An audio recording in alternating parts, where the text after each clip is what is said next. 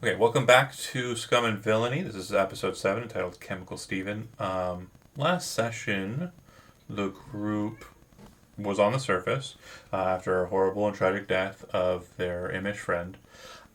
They met with the folks that were present, and this was a couple weeks ago. We did skip last week. I was a bit ill, so apologies there. But moving along, they worked out a negotiation with a way user that was present on the planet side, who was apparently controlling everybody mentally or something. Who knows? Maybe one day we'll find out. But trying to get into this spaceship vault thing that was of her creation.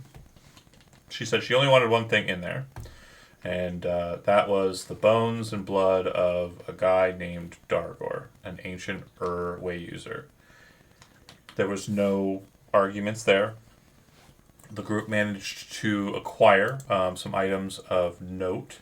The items in question, we discussed them off sides, but we also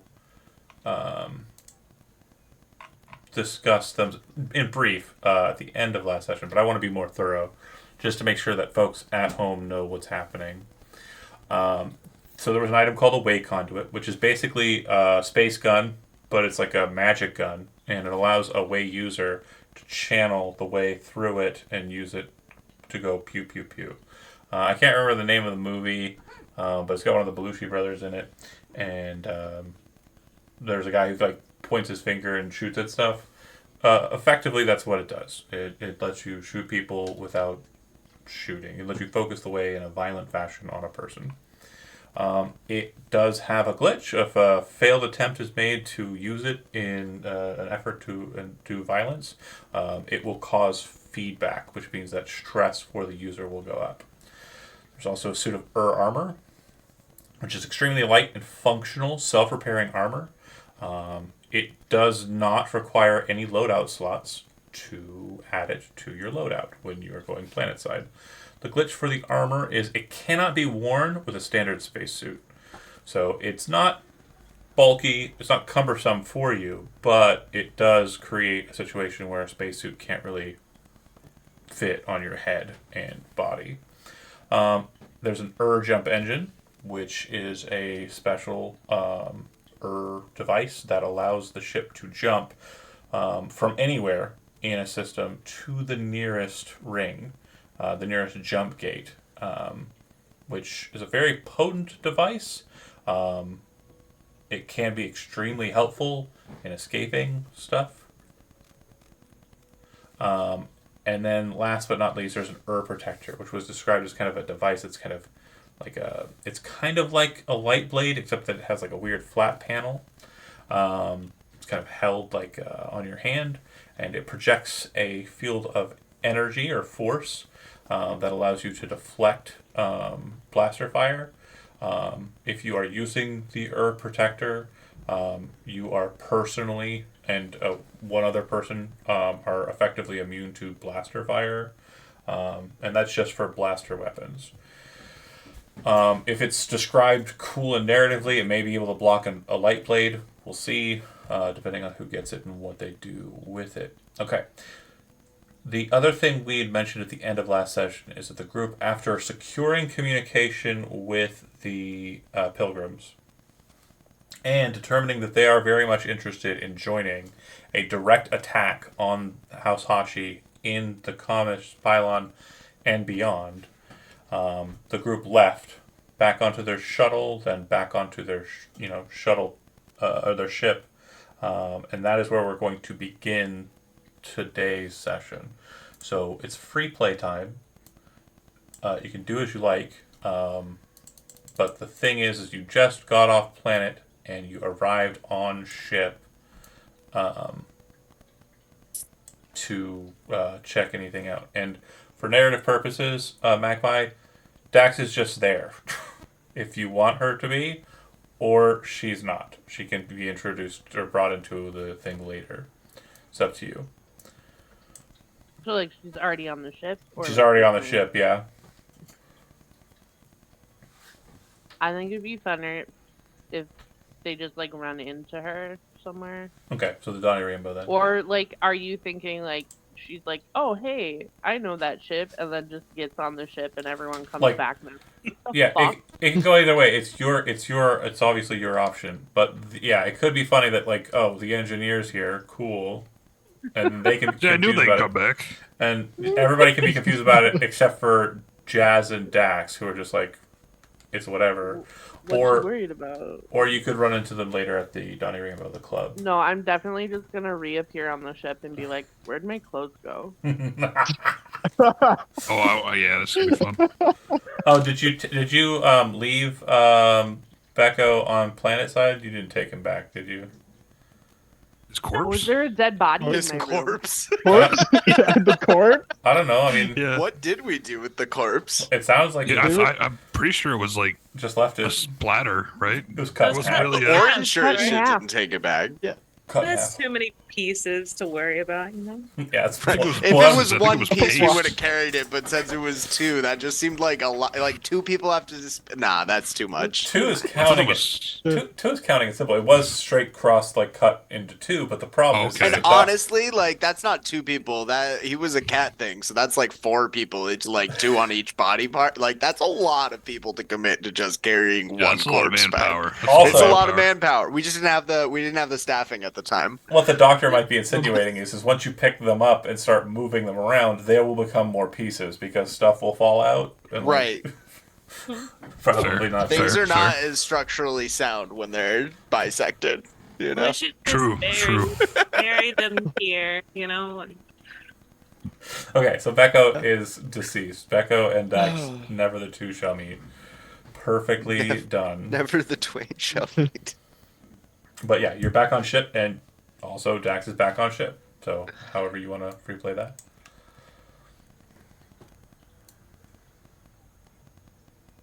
What is Dax currently doing? Probably. Mid tune up on a piece of the engine.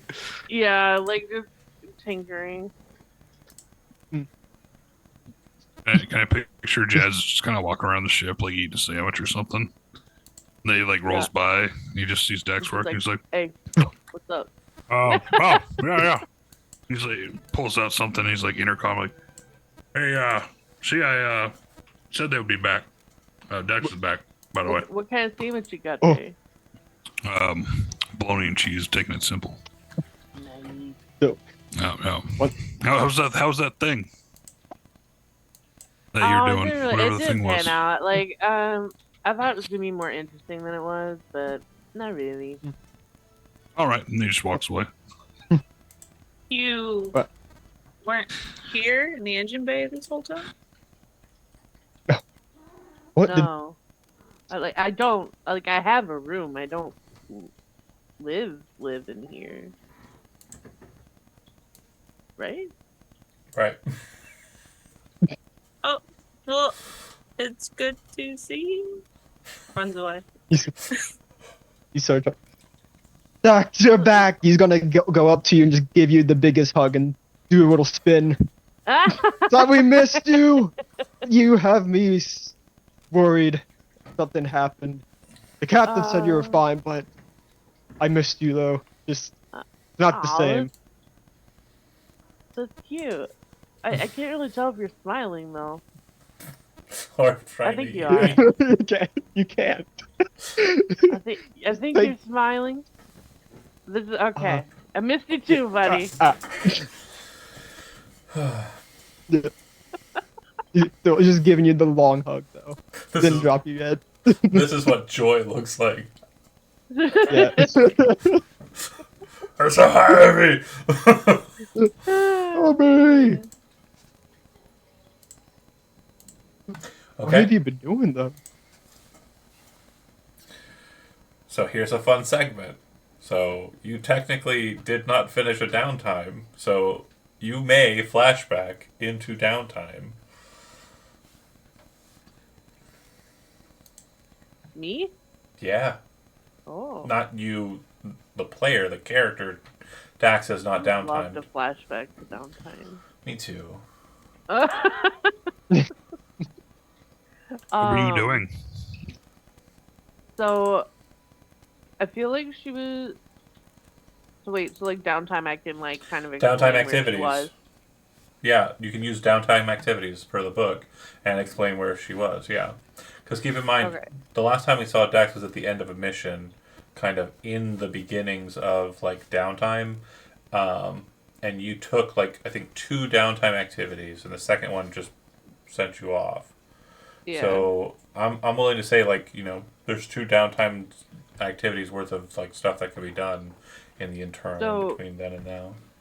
I've been thinking, and I think she would have heard about like some sort of um either new type of engine that she hadn't worked on before, or old engine that she hadn't seen before, or something just like related to that sphere, and would have just fucked off to go like research it because she's trying to maintain an older ship.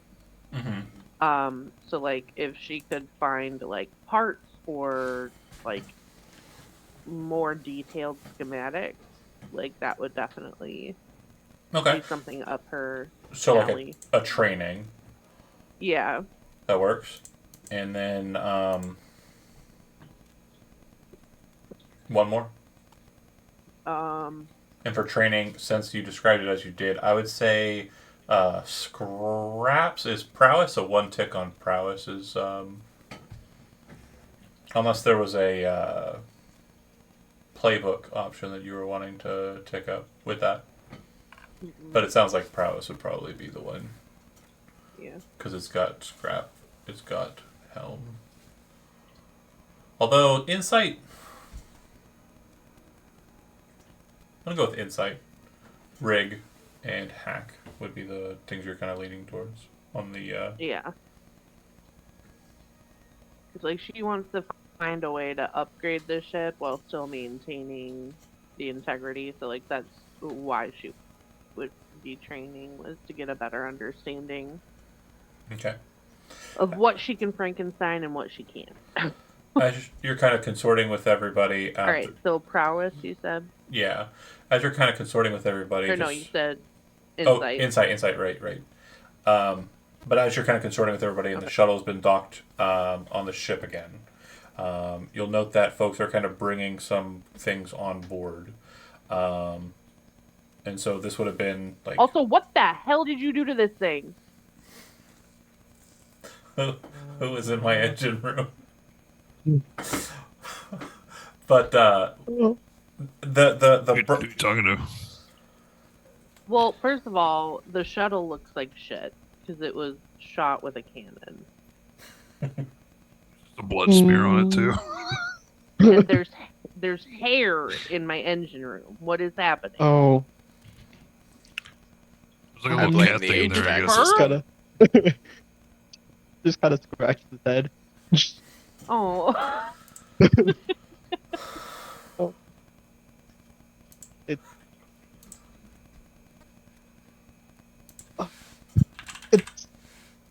It's sad, but It's sad. there was another one engineer. Then they There was another engineer. yes, it's the one that we rescued, the one mission. They recovered. Ow! Yeah. Captain approved What's it. I think their name was Flippo. Oh. You said Fupo? Pico. It's not funny. Shit, It's sorry. not. It kind of is though. What? He Who died. names himself that? Oh. Yeah. Wait, is that why there's blood on my shuttle? I mean, Yes. sorry, your shuttle? Our shuttle. It was Okay. that they had My shuttle. 9 lives. What I heard. But I don't think it's true. They died. You see, like a Well, tear. who knows what happened down to him his- before we found him? I don't. All right. So then my last downtime. Um,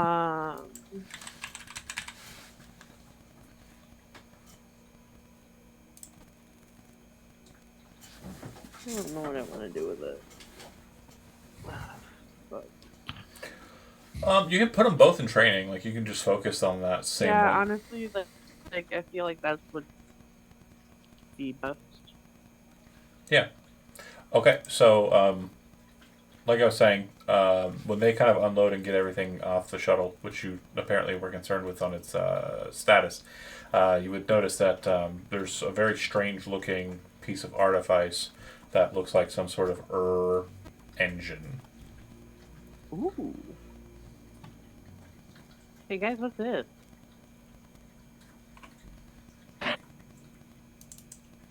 They called it a jump drive. Ooh. Okay, I can have this though, right? Like I can. Yeah, jump engine, put it in. What's one more engine for the ship? If it makes it go faster. I'm alright. Might as well. So I assume the scene cuts to the obligatory like moving, furniture scene where Yeah. Yeah. you've got Tarash and Jazz and possibly Lupita using the way, kind of helping maneuver this engine, which is like, it's probably about 5 feet tall, about 8 feet long, and like a good foot thick, filled with like weird gems or weird crystals and stuff, and like crazy weird stuff. But yeah, there's bumping it across the wall. There's a point where Jazz hits it, and like a gem falls out. He reaches over and grabs it, looks to see if anybody saw it, and then just like shoves it back where it Slides didn't it go. back right. Literally slams it in, yeah. And once you get it into the engineering room, you realize that this ship, oddly enough, has a space where it seems to fit. And it's something that Dax would have been aware of once she saw this thing. The best way to describe the slot that it goes into is you have the engine, right? I'm kind of looking at it here. And at the base of the engine, the kind of cylindrical kind of center segment of the engine, there's this strange kind of jut forward of like gray metal and weird writing that's been there ever since. And of course, Dax is the type of person that would kind of play with something to see what it is, kind of figure it out. But it's basically this weird like doorway that you can lift up that allows you to slide the engine into it. So it's already has like a receptive port for this drive. You didn't know what it was, but now that you have the drive, It's like finding that last, like the one puzzle piece that you've been looking for. absolutely. I would say mechanically though, it's more like a Nintendo, like old school Nintendo Like cartridge. Like you lift up the door yeah. and then slide that bad boy in, slam it down, shut the thing, and Yeah. you probably have to pull it back out, have Jazz or Blow someone blow on it. No. To see if it gets to working, and then you just shove it right back in there, as they Hell say. yeah. So once it's in, Oren, you go to the console, and there have been a number of kind of processes, which I guess they're kind of like phantom processes for Oren, since the ship has been something that Oren's been around for a long time. Like there's things that sometimes you reach out to do, but then realize that it doesn't do whatever it was that you're trying to get it to do. And once this drive is installed in the ship, your dual nature, the other aspect of you, seems to kind of click, and all of those like phantom moments, like during a chase where you kind of reached across to try and get you out quickly and realized that's not a thing, but you didn't even know why you reached over there. These weird little phantom mechanisms kind of click into place once the drive is slotted into the older ship. Now, keeping in mind, your ship is not an ship. It is a early hegemonic ship, so keep that in mind too.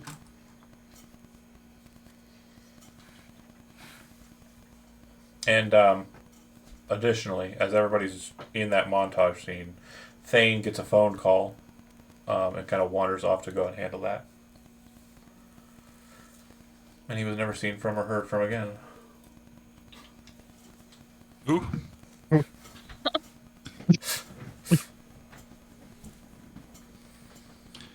It's fine. We'll go adopt another little cat person. A speaker cat person. Yeah. Okay. We're lucky. We're kind of fucked now, though, without a speaker. Because none of us are. It's time to call the shots now. It's When on, you Cap. repeat it. It's all like Everybody's like, fuck. Cat's got to do it. We're gonna do a Wait, I lot have more to pay shooting. attention to something? Yeah. Yeah, For shooting. sure. It's like a redo of the pilot and then like the first episode, and you've got like that segment where Thane talked you out of getting murdered by that capital ship, but then like it's you guys Yeah. getting murdered by that capital ship. Maybe. We'll see.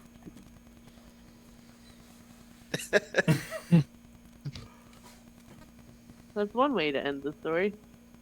We just all die. Time travel shenanigans, yeah, that always works. That's an easy way to end a TV show in one Yep. season or less. Yeah, the show ends We're with out time. of funding. It's like, oh god, we really didn't think about this story, did we? Well, we gotta go back in time and fix it. Flashback. Flashback. Everything's okay. I actually had a plot device in my pocket this whole time.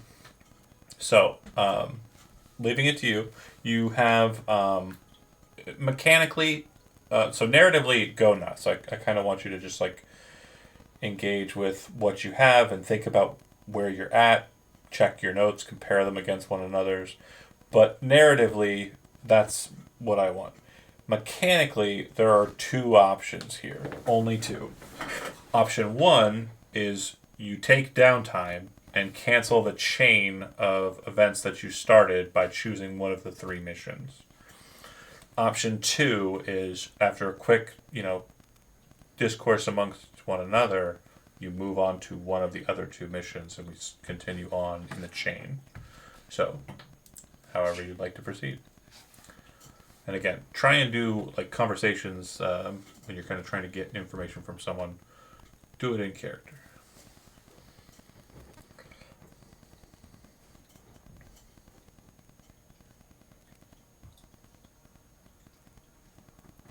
So, Cap, what's our next move? Sorry.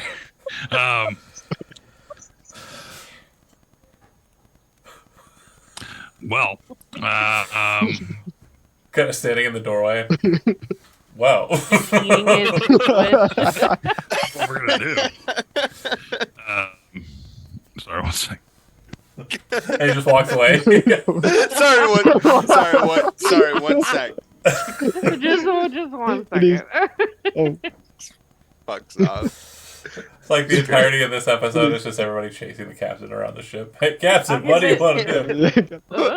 Oh, I got a food. What's that Dex do you see in the engine room? The whole And then fucking Dex ship. like, hey, what are we doing? He's like, oh, hold Like, on, alright, I'm needed in med bay. I got a food in the laundry. Hold on a second. Let me go change that. So we need to look at. I believe we were going to send out something to the other rebel forces to help these folks get going with the pylons. Okay. Am I wrong? Orange chicken. That was my. I needed a second. Because orange chicken. Okay, he's stepping away for a sec. Sorry, I'm being assaulted. Yeah, get assaulted. It's okay. If you, well, no, You It's understand? okay. I Domestic mean, violence it's- is fine.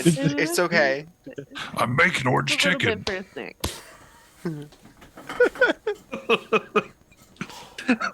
Is this like the new pudding? Yeah, no. So Wow. I was trying to think to myself, what could orange chicken be? What would that? What would that be? Because we know what pudding is, right? You know what pudding Not is. everybody knows what Not pudding really. is. Johnny doesn't know. Johnny does. Johnny figured it out. But Johnny doesn't What? know. wait, no, about what? Okay, cool. What? Pudding? Like chocolate pudding? Is that what we're talking about? Or is this like some? I think he Different. likes butterscotch He, pudding. he jumped actually. straight to chocolate. He doesn't even told. He knew. He knew. It's poop. It's like the default flavor, just chocolate. You know, you can't go wrong with chocolate If pudding. it comes out vanilla, you got a real problem. Oh, Wait, Or strawberry. Wait, I Sick! think it's cooking.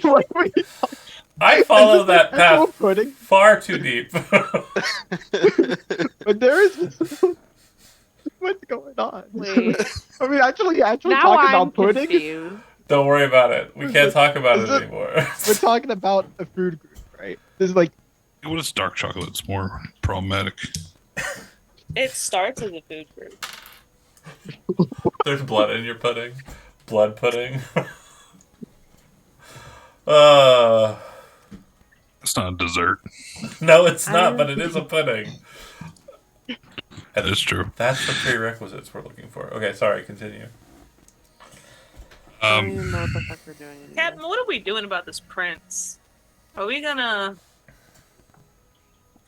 I mean, it depends on how involved we want to get. We can either call the other locations, tell them, hey, these folks need help. This can further our cause. Goes against the hegemony. This is a big place, big place for the server. Can what am I thinking of? What Leave was me alone. that? God damn it, system. The system. Huh? That's what I meant. It's good. So we get them some reinforcements, and they can deal with the prince on their own. We go along our merry way, or we could literally just blow a hole in the prince's little apartment there and take care of the whole thing. Were you laughing at my camera for a second there? Sorry. Yes. I was like, No, I'm gonna keep talking. All I know is you got really big and really confused yeah, my camera for like zoom. 2 seconds. Camera zoom is very annoying. Sorry to interrupt. Kimmy, go ahead. No, I'm sorry. Clarification. I thought Jessie said that once we gave her access to that bolt, that she was then going to take everybody with her off. No. Away from there. That specific location. Because the night Okay. beasts. Yeah. Okay. Gotcha. Sorry. Misunderstood. Take them to somewhere safe, and then she's going to leave the planet. So that's happening now, presumably. And Okay. then for you guys, I guess the main thing to note here is there's actually 2 more parts of the job, right? You have the prince, and if you want the people that you just earned as a reward to help you with the prince, then the prince will die. Like that is a part of that deal. They want to just kill him and be done with it. So if you do not want the prince to die, then you need to figure out a different plan other than calling in the aid of the pilgrims. The second mission objective is there is a broadcast station on the pylon that is basically broadcasting propaganda for the hegemony, and it's a part of the hegemonic news network that is doing so. Donnie Rainbow has an idea of where it's located. He does not know how to gain access, and he doesn't know how to shut it off. He just knows where it is. So if that's a mission that you'd want to continue forward on, again, both sessions are going to have planning stages and all the like. But yeah, right now we're just in kind of free play to discuss what we want to do. And then there's the option of taking downtime, which will break the chain, which means you won't gain as much like experience. And time will elapse, so stuff will happen that will kind of segment those plans that you had. And then lastly, you could just fucking leave. You could leave the planet and go where you want. Besides there, most things outside of this system are planned for. So again, I wouldn't be like taken aback if the group was like, "We're good," and left. But yeah, that's where we're at, and discuss amongst yourselves. Where'd the speaker go? Get a Wait, you phone call. lost him? Good. Well, there goes our in with the prince. There goes our friendly end with the prince. Correct.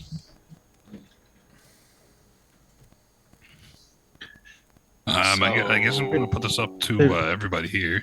Make sure, you're. I may say we're doing this, we're doing that, but at least when it's something that may,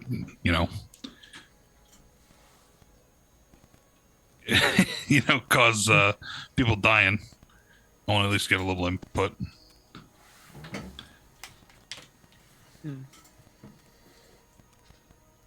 Oh, another factor is, just so we know, if you ask Lupita a question, she nods sagely and then waits for someone else to say something, but she is here the whole time. She is just not talking. She seems to be like, it's almost as if somebody were like thinking about something or someone else while you're trying to have a conversation with them. I don't know if you've ever been in that kind of situation before. But yeah, that's what's happening with Lupita.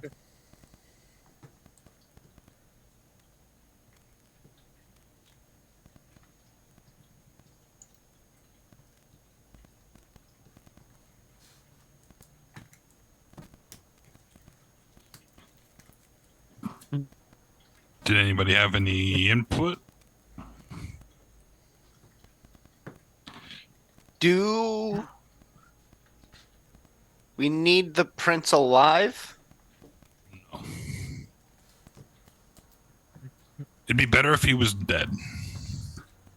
So should we shut down the propaganda, then kill the prince? You know how much I don't like propaganda, so I mean, I know I'd be you for don't that. like propaganda, Captain. Mm-hmm. Mm-hmm. So we This is taking good down propaganda. we taking down this tower? Let's do it. Probably start there. So it doesn't seem that everybody's voting on fucking off.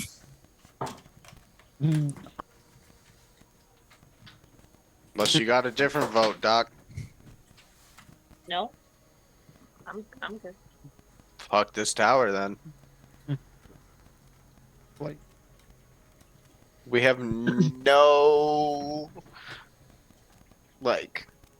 Idea what you're doing, because you keep on referring to it as a tower and no Yeah, I one's keep saying mentioned tower. it as such. Sorry. It is just a broadcast Fine. location. Yeah, Broadcast it's location. I know. Yeah. radio location. I keep thinking radio Yeah. tower, but it's just we don't have any idea where it's coming from. We just have a likely location that this signal is coming from. Correct. Some sort of signal generation source. Correct. To be Chemical more Steven, specific we with go. my language. Sorry. It's okay. I just wanted to make sure people weren't Yes. getting the wrong idea that you can just fly No, there. we're not just gonna No, no. fly No, up and fly. shoot a fucking metal No. beam poking up from the sky. That's That'd have been easy. seems too easy. So Chemical Steven, you said. Yes. Okay. So, do you attempt to go find the speaker before heading that way? No. Anybody? Mhm. Theros, you said yeah? Him, Or yeah. Theros? Okay. You yeah, head, you'll find the speaker. head to the door. The door's typically have a programming set up so that if somebody's occupying a room and like is holding it, then it's kind of like keyed to them, and you can tell that it's keyed to them. This room appears to have had its entire like allotment for passenger wiped. So you walk up to it and it opens automatically. Inside, you see that the entirety of the room is perfectly clean. Looks like the bed is perfectly made, military style, perfectly tight sheets and bedding. And on the bed's pillow, there is what appears to be an old piece of parchment that looks like it's got handwritten words on it. Can Terash read? Like I assume so. Oh, shit. I'm not trying to be Wow. mean. I'm Like pretty no, sure. well, No, I know. But, I'm not trying to be mean, but like Terash, like yeah, Terash could probably read. So your call. It's not it's something. probably part of Terash like he's read trying to learn human your language? Terash. their language, his That's your own Terash. language. He can read and write. But Okay, so you recognize what you know to be Thane's name at the bottom, and you recognize the name Jazz. And as you're kind of scrolling through the note, you're kind of able to make out the beats of it by the big words and the, stuff that's kind of present there. And from what you can understand, he left because the hegemony was onto him. And he didn't want harm to come to his friends. So he left, and he left no sign that he was ever here.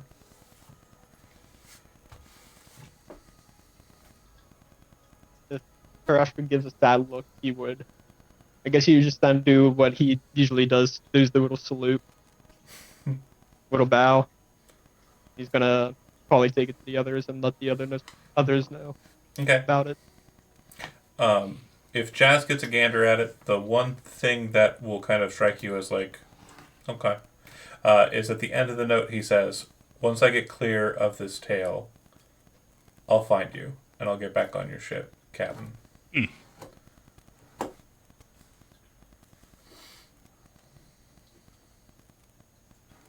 But from what it sounds So like, he'll go ahead. he'll look down at the note.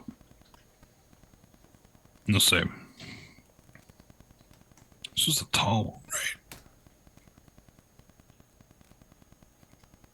This was a what?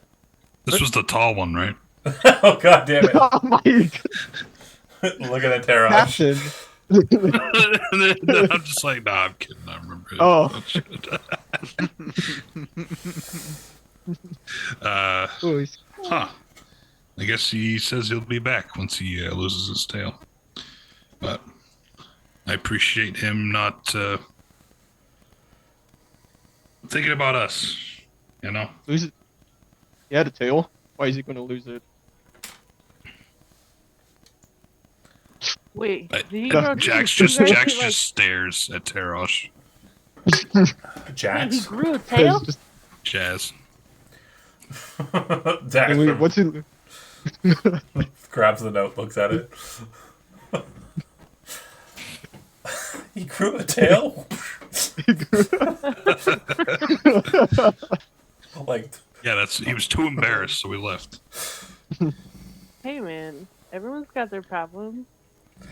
yeah, very clearly notes that he had, when he had flirted with the individuals, his cover was blown. He had used his card too many times, and they were able to track him, but not against the transponder. So he cleared all evidence that he was on the ship and left. And he left no trace other than this piece of paper. He gained Blue one paper. back and we lost another. Oh, well, less money to split up. Yeah, that's how the that's how the showrunners do vacations. You know, it's like you want to go on vacation, you don't want to work for a couple of weeks because this is one of those like Star Trek: The Next Generation style shows where we're gonna do like 30 episodes in a season. Then we're gonna need you to maybe not be on the show for a little bit. Shit, what was the relaxation planet again? Risa. Yeah, Risa. Yep. That's Well, what be on Risa for 3 weeks. that. Yep. Oh man, no Will Riker, and then a Will Riker centric episode. Yeah. We love to see it.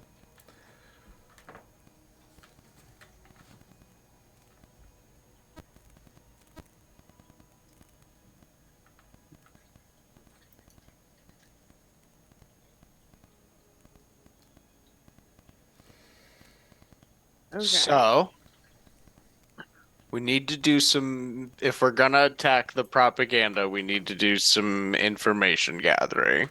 We have a rough idea of location. We can try to like stealthily fly by and try and scope it out with like actual eyes on, or we could try to get more information. I don't know. Oh, we had to talk to Steven. So Chemical Steven would have given you the information okay. that he has. That would have been the mission parameter, effectively. Gotcha. So you know that the broadcast station's location is on the 52nd floor, so just above the Hachi kind of palatial floor. And you would note that it is a very small office space that seems to have several tethers that exit out of the pylon in a lot of different locations. They broadcast throughout the entirety of the pylon and are one of the main, pretty much the only sources of video entertainment present on the pylon. And they also broadcast the other pylons of Husui, which is the city, which is a compilation of 16 total pylons. 50. What if we were able to replace the propaganda? So you would note that it's probably the case that since it's broadcasting to millions, if not billions, of individuals in the city of Husui, which is again a bunch of mega constructed pylons filled with people to the brim. If someone notices that the broadcast has been changed, they probably would know where to look. So if you want to do that, you would be able to get a message out, but at the same time, you'd also basically be broadcasting to the hegemony as well. We're here. Right? Yeah. If that's the kind of bold move you want to go for, that's not a bad idea. We're daring. Yeah, it's also daring. It's also daring. We're supposed to leave a calling card anyway, right? Yeah. It's true. Yep. Oh my god. Yeah, leave, do that, and then as they're running to that, just fucking blow the prince out of his villa. Piece off the planet. That would be Oh a my god. heck of a wombo That- combo. Yeah. That would be very daring.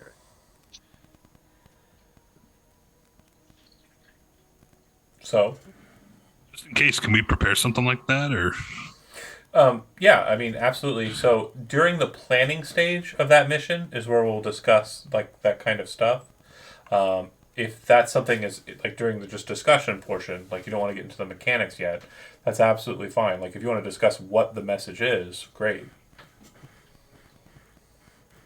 Or what the what you're going to do with the broadcast station when you have control of it.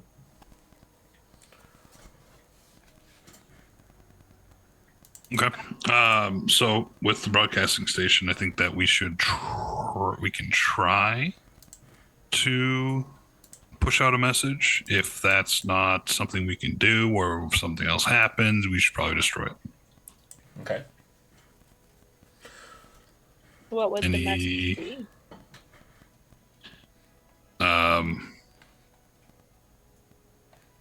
Anti-hegemony propaganda.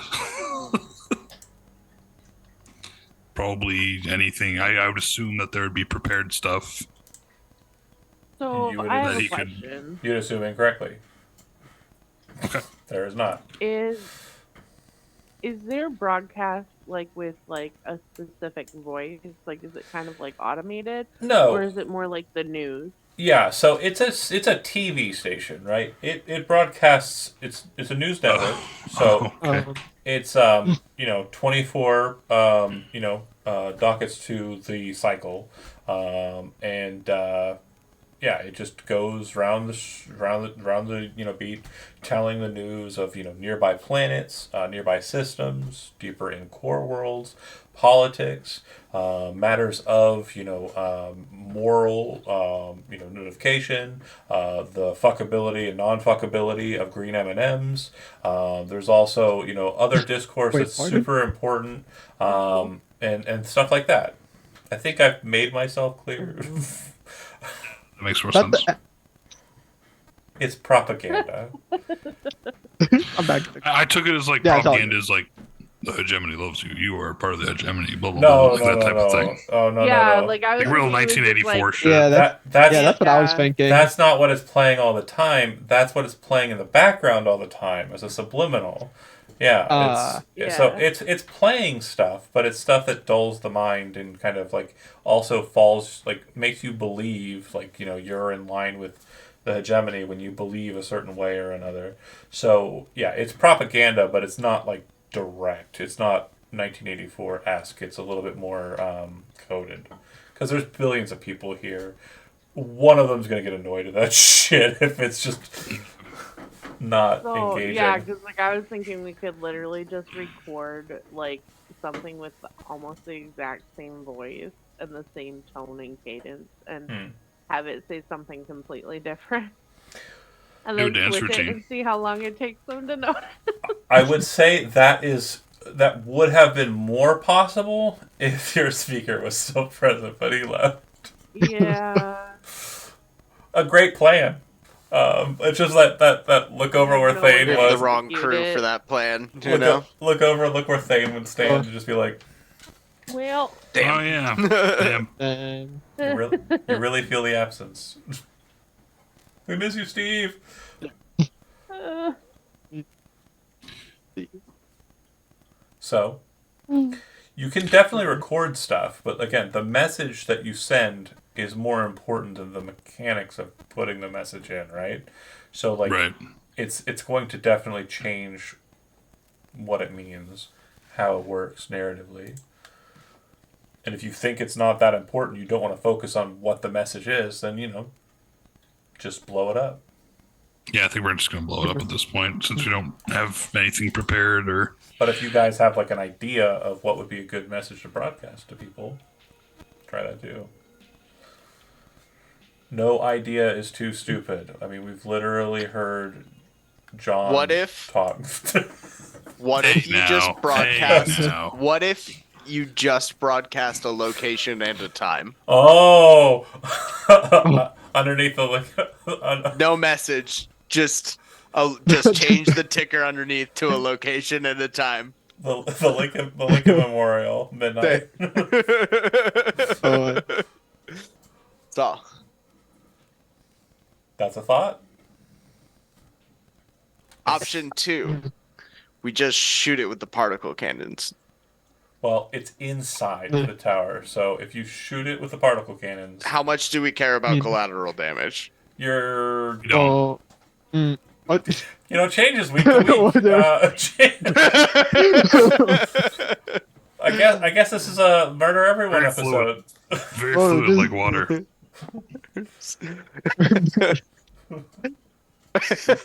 Sometimes they're just innocent, That's it. sometimes they're hegemonic scum. It just whatever fits the bill that week. Whoever gets the We point failed this across. week. Yeah, you just gotta go with the flow. It's a little like You know? terrorism. It's a little like terrorism, I mean, we're terrorists technically. technically.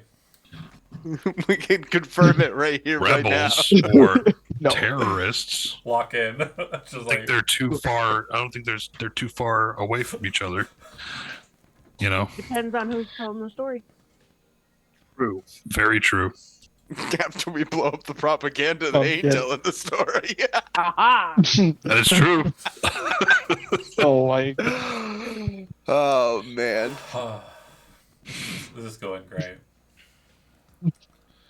Just throw something up. It's like the hegemony's stinky. The hegemony's lying to you. The hegemony hates you. Stinky. I don't know, something like that. Just like that. Let's just Point the fucking blow camera it right up. at you, Captain. Tarash approves this message. It's just a picture of Tara doing the But like he's like not actually smiling because he can't smile. yeah, he's doing the thing. He's doing the He's whatever. just like, This is me happy. You point the camera at Jax, and he just goes, fuck it, just blow it up. And then walks off screen. and then he commits to it. He's like, we're gonna plug that message in. It's very important for the cause. And everyone's like, you just said fuck it and walked away. No, it's super important now. I also said blow it up. No, I know, but you recorded the message and then you're like, I took the time to record that message. We need to upload it. Do it okay, make like, Photoshop some like nice stuff in the background, very, rebel, very, you know what I'm saying. Yeah. Could No, we let's ask, just flags and guns and shit. could we ask Josiah Steele to like record a message that we can then broadcast? So, It's if you communicate with him, what he would say is I'm not terribly focused on getting a message out. The message I want to get out is blowing up the royal pylon,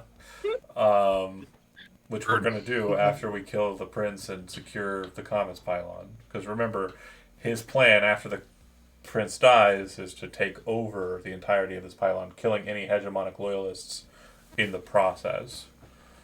So, Cool. Even though not everybody follows him. Or if they don't follow him, they kill him. Yeah, that's the plan. Yeah.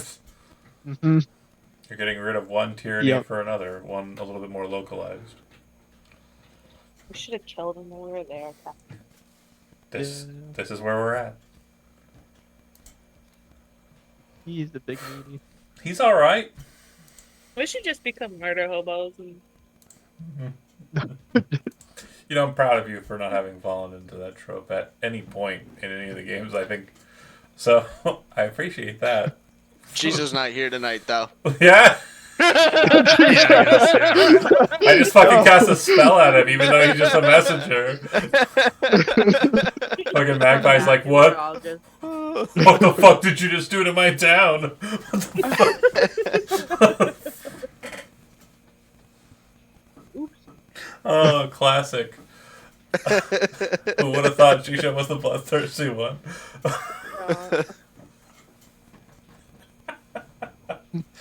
Okay, I'm done laughing. Or am I?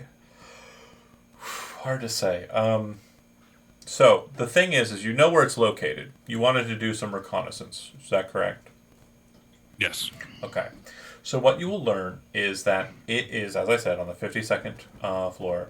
It seems that the 52nd floor is kept as a neutral and open position, so people are allowed to move through it without issue. What you do notice is, though, people who appear to be wearing hegemonic garb enter into a specific door, and this door, to your understanding, is probably where the thing is located. It seems to be central in the pylon, so external attacks wouldn't do anything to it unless you completely severed the pylon in half. So it's kind of like dead center. And immediately after the metallic door, like once they bypass that, you can see that there's a heat field, or basically, for those who've played Resident Evil 4, I think, it's like that laser grid shit. It's a space where they can, if you aren't the person they want to go in there, they'll just melt you. And that appears to be the only entrance. In the movie. Yeah, it's also in the movie, yep.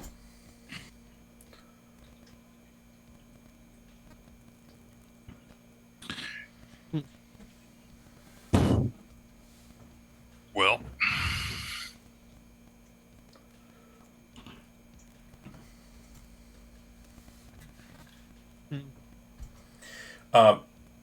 Any questions about anything that I've mentioned there? The people, the doors, the heat field, the the space where it's located.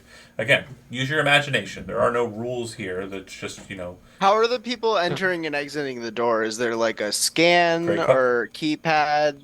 Great question. So when they walk up to it, they appear to be pulling off a badge off of their belt loop and then scanning it.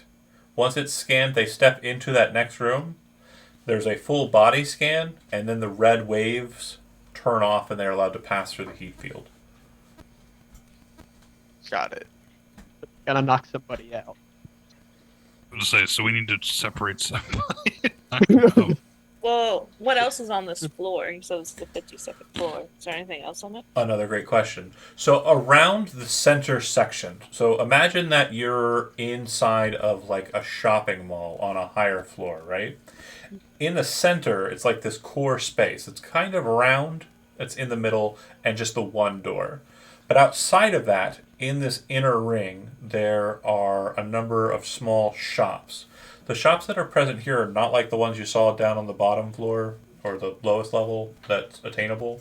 Instead, these shops are a little bit more high class. So we're talking like your Armani, your Gucci, your Prada, your Dolce & Gabbana, and all that crap.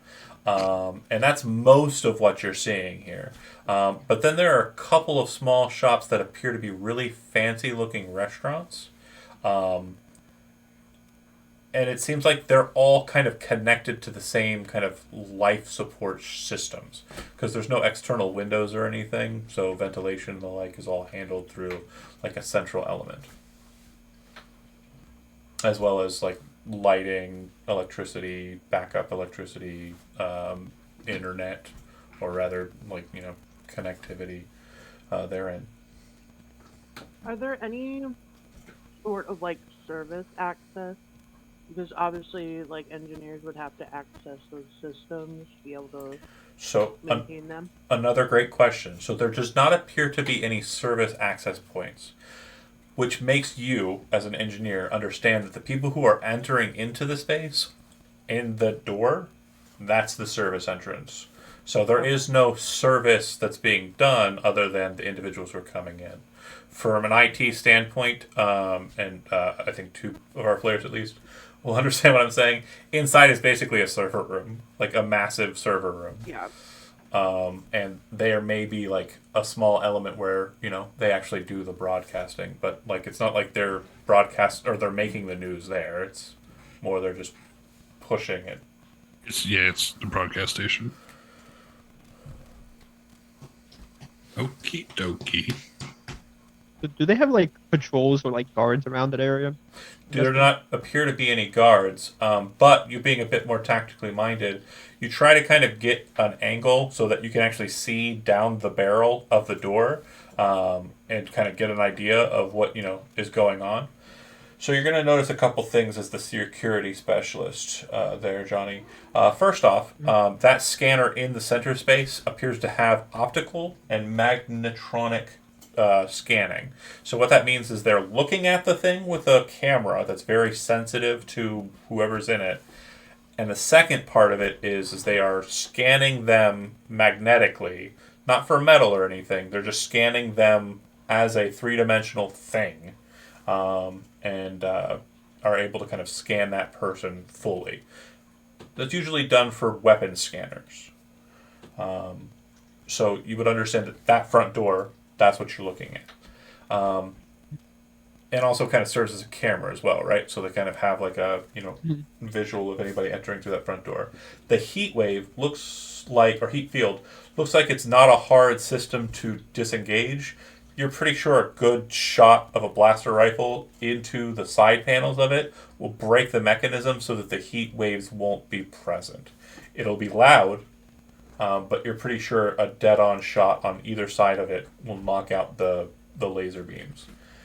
But what you're able to see down the barrel of it, once the heat waves pass, is there's two massive heavy blaster turrets that are saddled, pointing guns down range through the door, prepared to basically obliterate anyone who passes that's not active, not a person who's supposed to be there.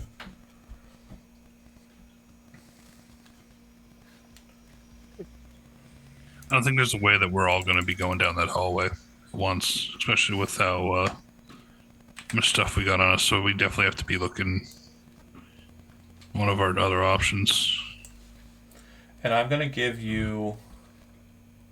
I'm going to try to give you. Let's see if we can do this here. Hold on.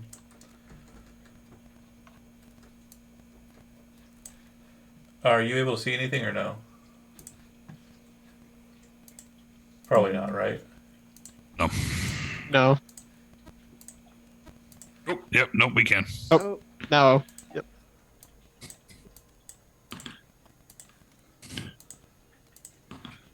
Uh-huh. Okay. I'm going to move you back in a second, so don't get too happy about that front door there. You're seeing a bit more than you should be, but not too much more than you could. I think I got double Dax. Is anybody missing? Can everybody see? I don't. Yeah. You can see. I can see. Okay. I think there's 2 Daxes on the table, but... Or not Dax, Jazz. 2 Jazzes. But yeah, those are the turrets. There's the heat field, and there's kind of that first section. So you basically are coming in off screen from the bottom, stepping into that space, scan happens, field drops, you step through, and the guns don't shoot you.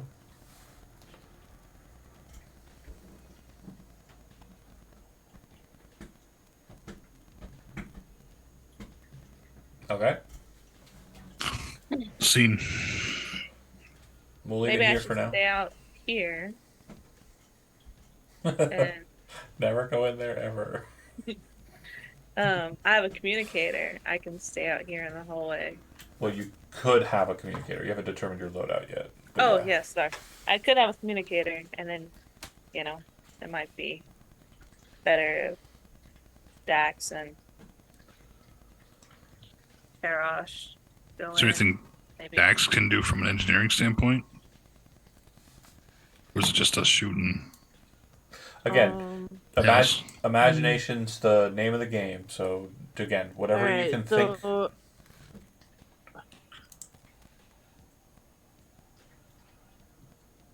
I just don't know how much I could reasonably see and deduce from like looking through a fucking door, but Sure. I guess Um, a good way of thinking about this too, and again, I just want to make sure you guys are clear on it. Like, more often than not in games that we've played, the idea of kind of breaching a location like this, like a dungeon, if you will, is very systematic, right? It's very mechanical. That's not what's happening here. What we want to do is whatever crazy, like, movie narrative of them breaking Okay. into a base is what like. do we, Like I'm trying to think of a good one. Top of my brain. If anybody has one, go ahead and say it. But like them breaking into a space and like how they did it. the Dungeons and Dragons movie? The Dungeons and Dragons. Mission Impossible. Right. Exactly. What do we know about the floor above this one? Sure. Great question. So when you go and you check the floor above this one, what you'll note is that there does appear to be a what are they called? Bear with me here.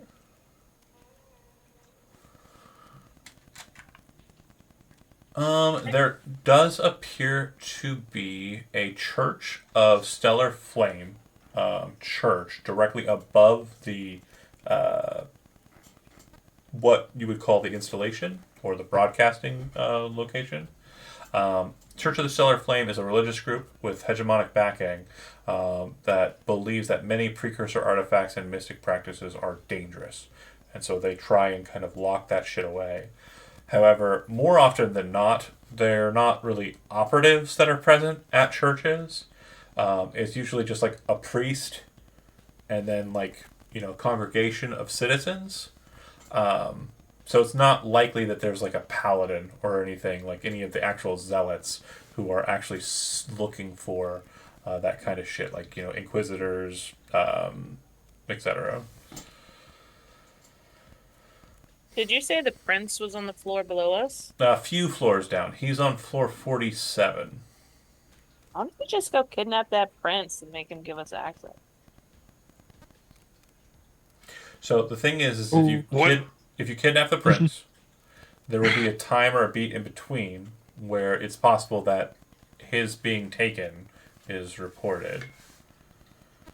Does that make sense? How do we know he even has access to it, though?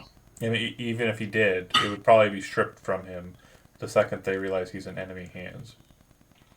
So just keep that in mind too. But again, if you want to do the prince objective first, we can. There's no order set here. You're just doing. This is just theory crafting right now. We're not actually in the planning stages. So, if I were to like look around the church, Mm-hmm. are there any sort of access points there? So, what I will say here is I'm going to give you a note here. You can look around and see if there are any access points, but your presence in the church is usually isolated to just the main chapel as like a regular citizen. If you do that, what I will be telling you is positionally, you will have a different vector for entry. However, you'll be coming at your engagement roll with a -1 dice. Okay? So if you wish to search around the church, you may, but it will affect the engagement roll. What if we were looking to convert? So again, mostly the stuff that you're going to be talking you're not, about. like gonna get in the back room. Right. Here. It's like I gotta go to the server room because praise the stellar flame. Like that's not. No, and it, I mean, it- even well, there's no server room on that floor. It's below the So- floor. You believe that's the case.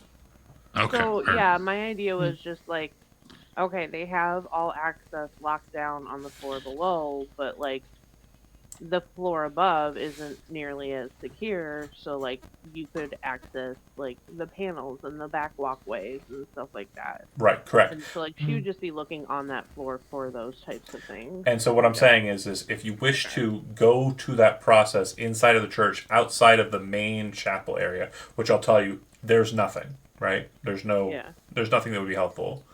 But if you wish to kind of investigate the church more fully, what that will mean for you mechanically is you may gain an additional vector for attack on the server space, on the broadcast offices. However, no matter what, you'll be taking a -1 dice to your engagement roll for the mission. Okay. Which means your position will be potentially riskier because you'll be rolling with less dice. Your engagement roll determines your position. Okay. So that's Captain's call then. If he wants me to go, like I'll voice the idea. Just be like, hey, I could check like the above floors for any access points, but it probably is going to be suspicious. I mean, definitely I'm take a not- look. I mean, I'm not going to stop you. And- If there's something you think that you can find up there, you go for it. Just be careful about it. All right. Okay. Let's So- go for it. When you start kind of maneuvering around the space, you do get some eyes. Nobody directly confronts you or engages with you, but you can see that there are a couple of priests who are kind of pulling up their data tablets and kind of looking at you. And it doesn't look like they're reading, the tenants, the sign out of the stellar flame or anything. It more or less looks like they're like taking pictures of you and kind of tracking you out.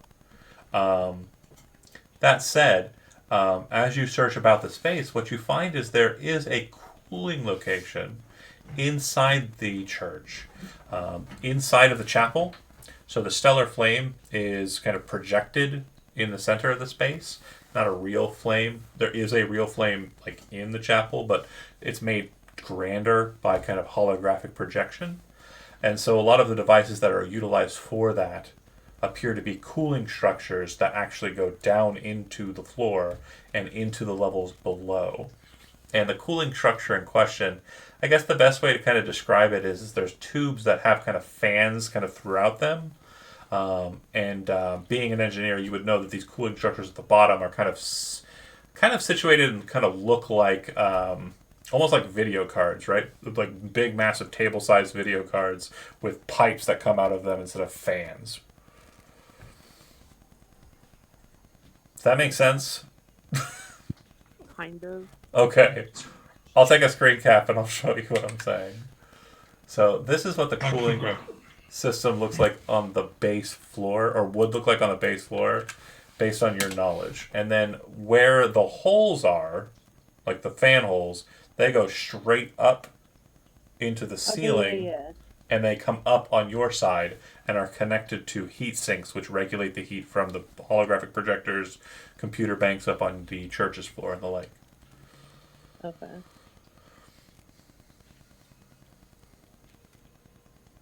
All right. So that is the potential entry point then.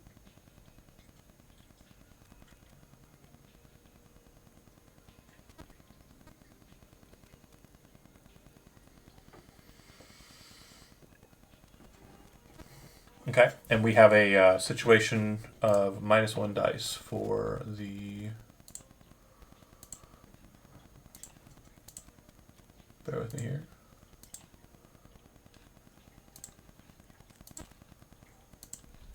Don't save. Okay, -1 dice for engagement. And that is specifically for broadcast station. Okay.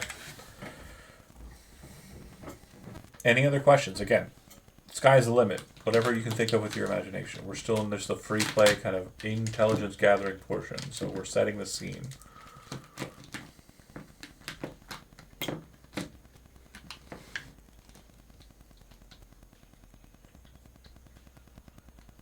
Don't be shy. No idea is too stupid. Especially if it comes from a place of radness.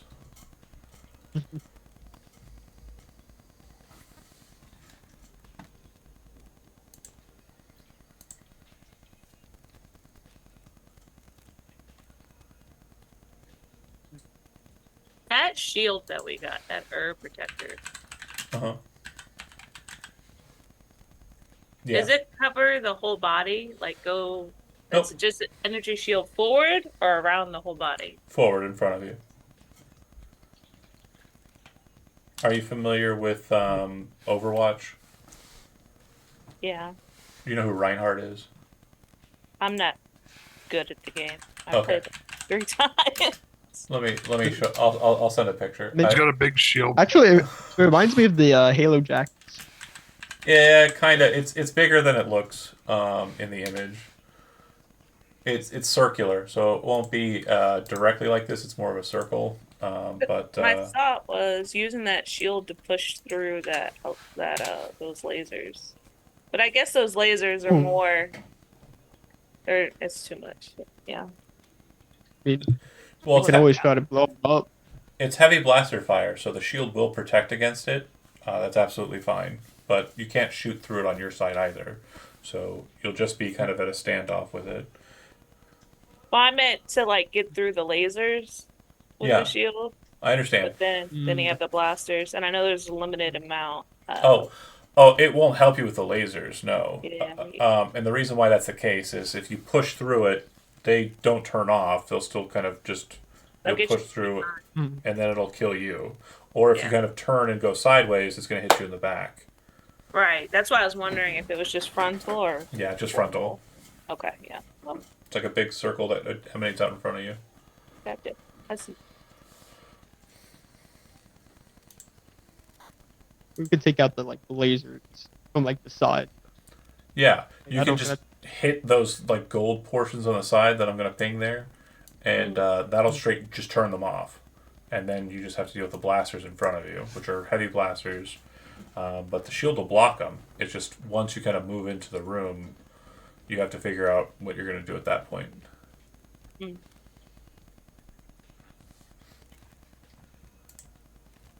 That's an option. How's the bad. targeting system with the turrets, though? Would it be being the shoot Sure. closest one close to them, or Sure. So Like- since this is a hegemonic news network, it's called free targeting. So what the targeting system does, it doesn't key and lock on to a specific target. It is smart enough to understand if it's not hitting a target and will only fire at targets it can hit. So if a device or something is introduced into the circumstance, Yes. they will acclimate to the fact that they can't breach the shield, and they'll stop shooting at it. They will then wait, and if anything else maneuvers outside of the shield into their zone, they'll fire at it.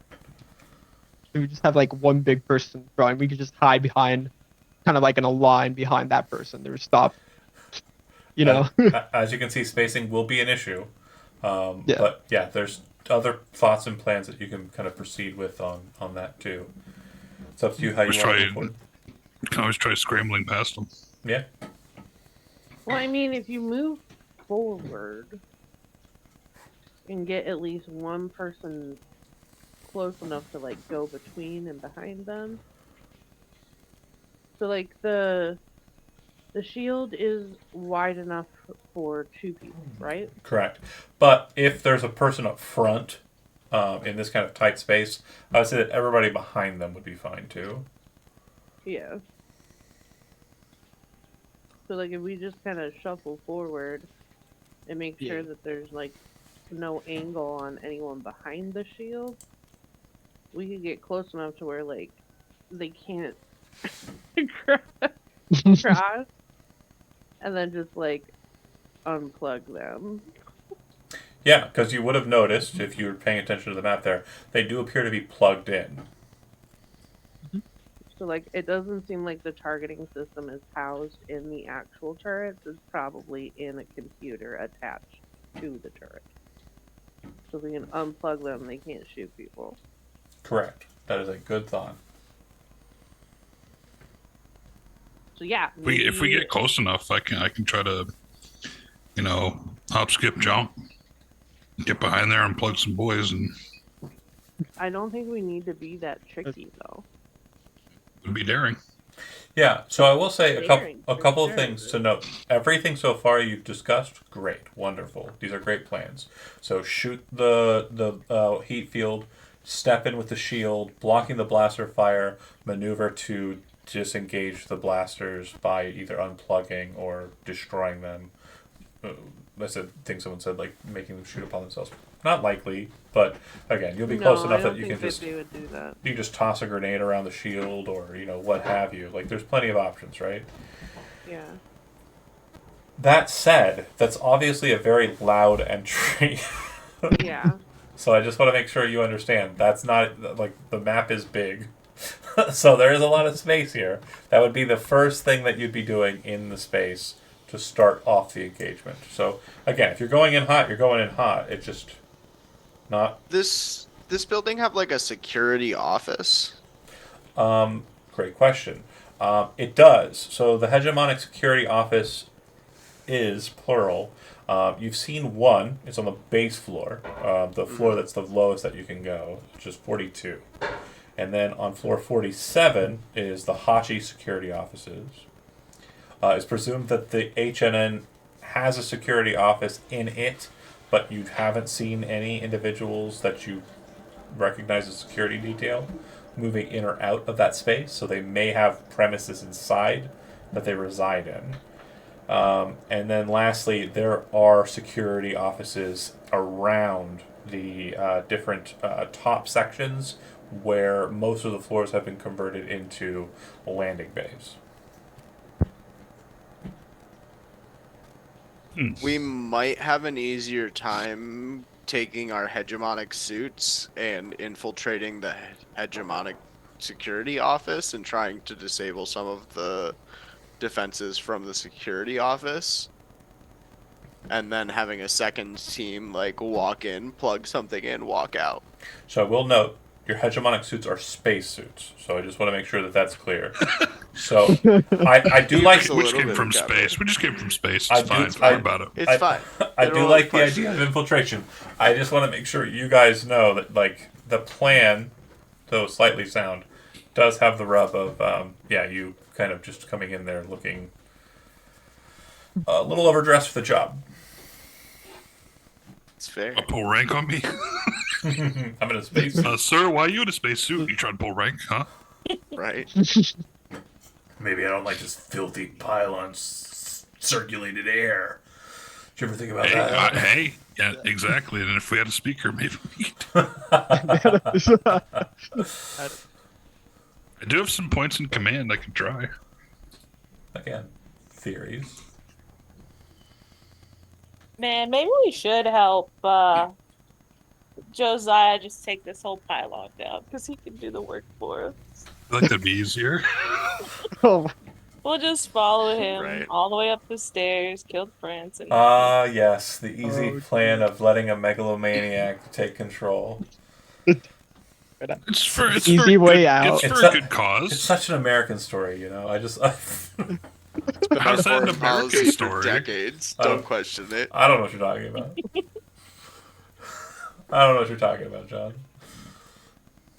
I think this is more the we're liberating, right? No. It's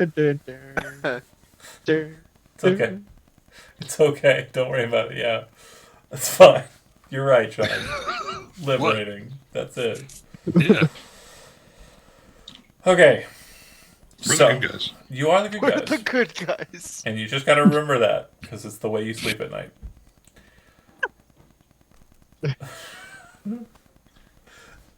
So, again, so far so good. Is there any other questions or any other ideas that folks might want to have?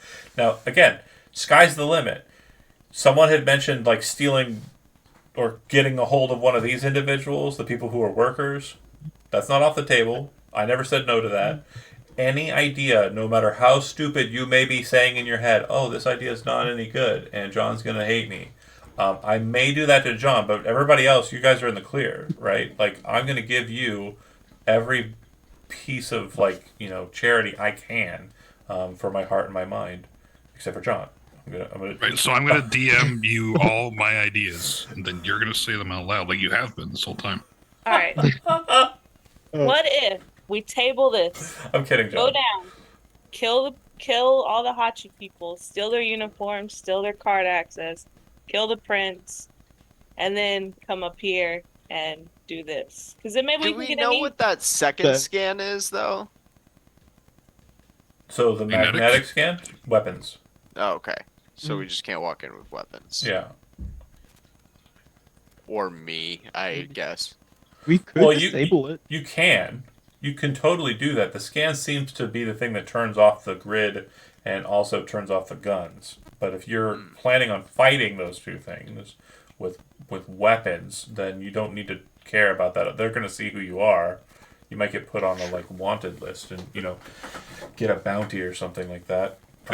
Could we case it out long enough to see if there's like some sort of cleaners that come through? So my my presumption here is that you can case this out as long as you need. Okay, so just imagine that time is flying, and I'll tell you once we kind of come to a point where we're actually making the attack, how long I feel it would have taken to get the information and answer the questions you Okay. asked. Gotcha. So don't worry too much about time. The goal is the thing that matters, and you're working hard to initiate the goal in the best manner that you can. If you want to just shoot at it and blow it up, that's a fine way to go about it. That'll take less time, but it may not be as successful. Yeah, it depends on what our goal is. It may be super successful. It might. It might. You never know. Possibly. So as we're sitting around, do we see any kind of like maintenance groups or cleaners or janitors or? So you do not. The only people that enter into the space are in hegemonic kind of office attire. They don't look like soldiery. They don't look like officers or anything. They just look Right. like business people, but in very clearly hegemonic keyed garb. These appear to be HNN employees, and they enter into the space. The best way to describe the vibe of them is they're kind of like hoity-toity IT professionals.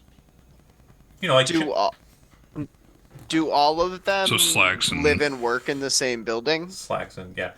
So they live in the pylon, and they seem to be coming here from elevators. So where they are coming from, you can't say for all of them. It seems like it's a different kind of scope of like different places. However, if you wanted to detail one specifically, we could do that. Ooh, me. Yes. Okay. So, you already keyed to the point where you described what they're wearing. So these are people you're familiar with, like in real life. Like you could picture one in your head, right? Yes, definitely. Tell me what they look like. Like slacks, like maybe like some pens in the, the shirt pocket. No tie. If It's no tie, unbuttoned. no tie. Yeah. But if they're feeling fancy, maybe some suspenders. Okay. Are you catching up with them on a suspender day or a no suspender day? I think suspenders. Suspender day. Okay. I think it's a good day for them, so that they're having like they're We got a gender, we got a species, we got a description of what they look like. let's see. I want it to be as ridiculous as possible, so maybe like I don't. Can I make up a species on the fly? Yeah. It's like a very shit. Let's see. No, I'm nervous. It's just a very Motherfucker's like, I want to be really funny. And I'm like, shit. fuck. I'm not very It's funny. just a tall, lanky dude with square glasses, Okay. overbite. Kind of like a messy, curly top. Yeah. Kind of like an Otacon. Okay. Not very smart looking, but like he knows what he's doing when he needs to do it, I guess. Gotcha.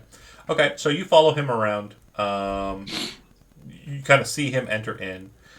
He's working, what in hegemonic cycling is known as a first shift.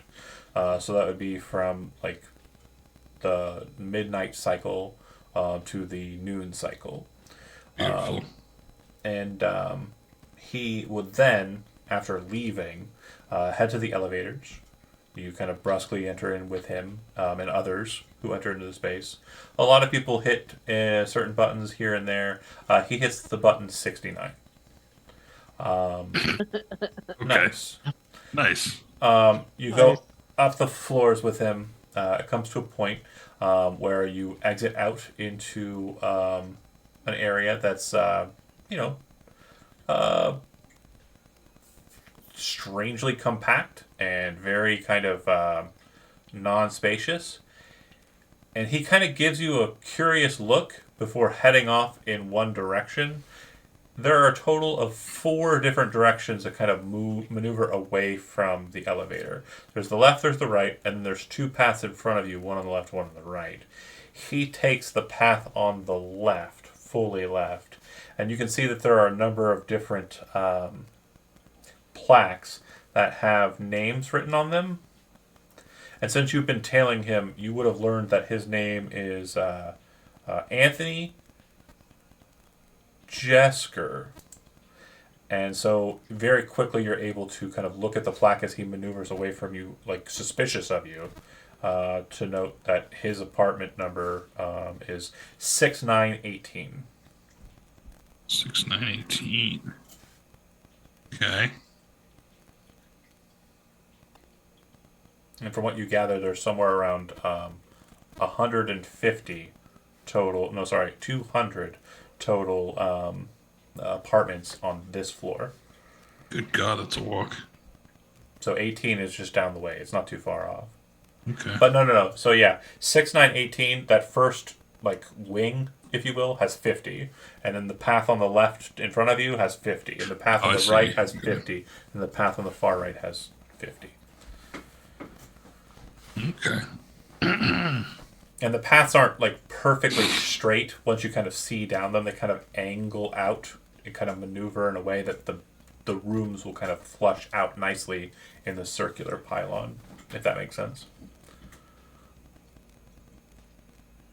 Okay. And it looks like keycard entry from watching him fumble.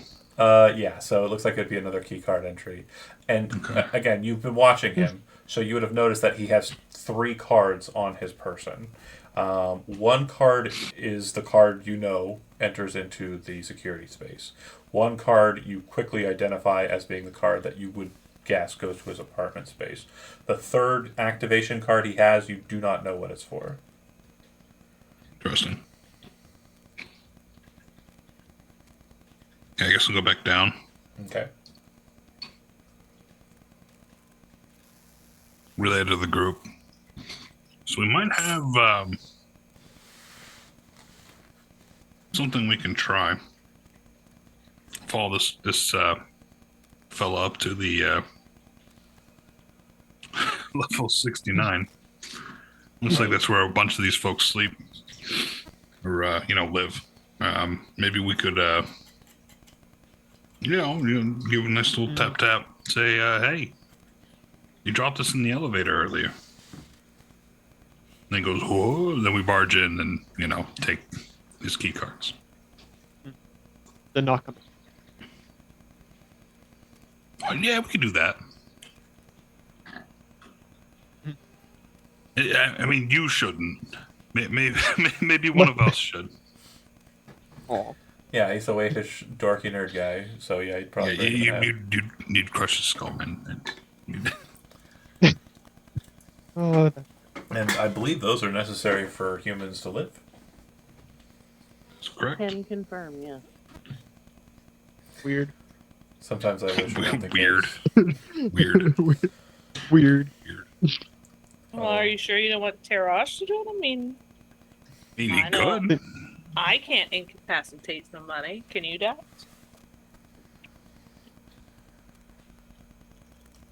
That's a no. Lauren probably could, though. Hold a blaster to his face and tell him that he needs to do what we tell him. So remember, I did say that Lupita is here and is just nodding along and is quiet and obviously not engaging in the kind of setup process here. But if there are any questions that you would have for the way user, like, because again, they are someone who could knock them out, that is a thing. So again, keep that in mind. Oh, we could have Lupita answer the door. Mm-hmm. And then be like, hey, handsome, you dropped this. Oh, right. Oh my Let's God. go ahead and make it not anything like she would do. Probably not, no. It's like, hey, you dropped this bong. Laser sword. Or just head caves in from Sayus. Yeah. It's scanners. Just scanners happens. For those who are familiar, probably Johnny. Johnny doesn't know scanners, right? It's a great scene. I'll see if I can't find a GIF of it and post it in our Discord and not in anything that's anywhere closer related to Twitch. Probably not. Not gonna be okay.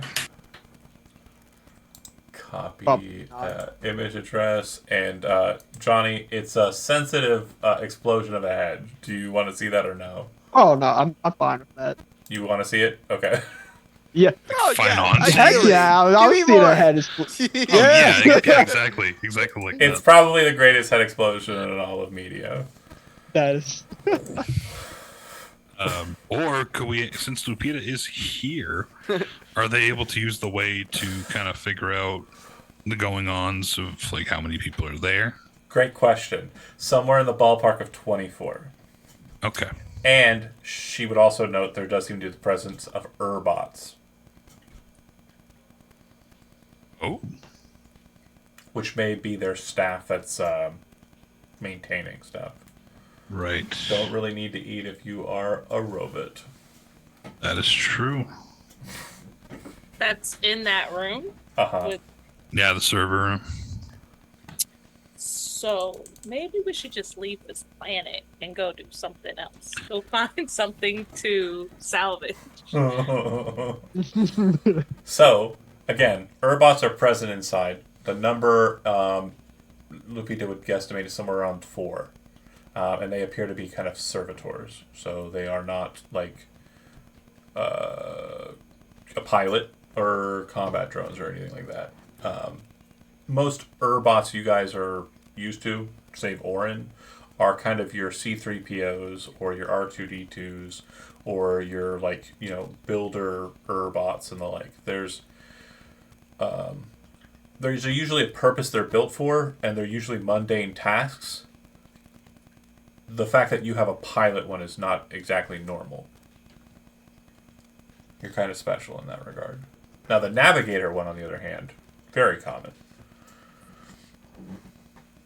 But the fact that you have an Urbot that can pilot shit, raw as hell.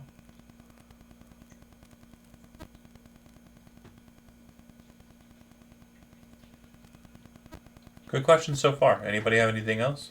Any other thoughts? Now, when I say 24, I do want to make sure too. You're seeing the shift changes. So there's 2 shift changes. There's about 20 people that will cycle through. So you got 24 people at all times. Probably somewhere around 44 total people that are kind of in there, and 4 of them don't leave, so far as you can tell.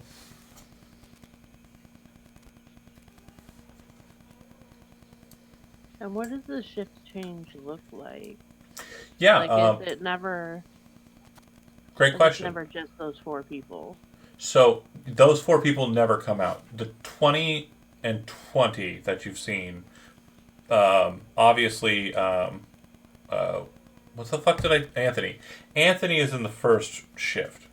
That's 20 people who show up at midnight, enter into the gates, roughly at the same time. Some are early, like Anthony's usually early, and others are late, right? Then at noon, they exit, and then as they're exiting, people are entering, and it's the people who work noon to midnight. Is there a way to delay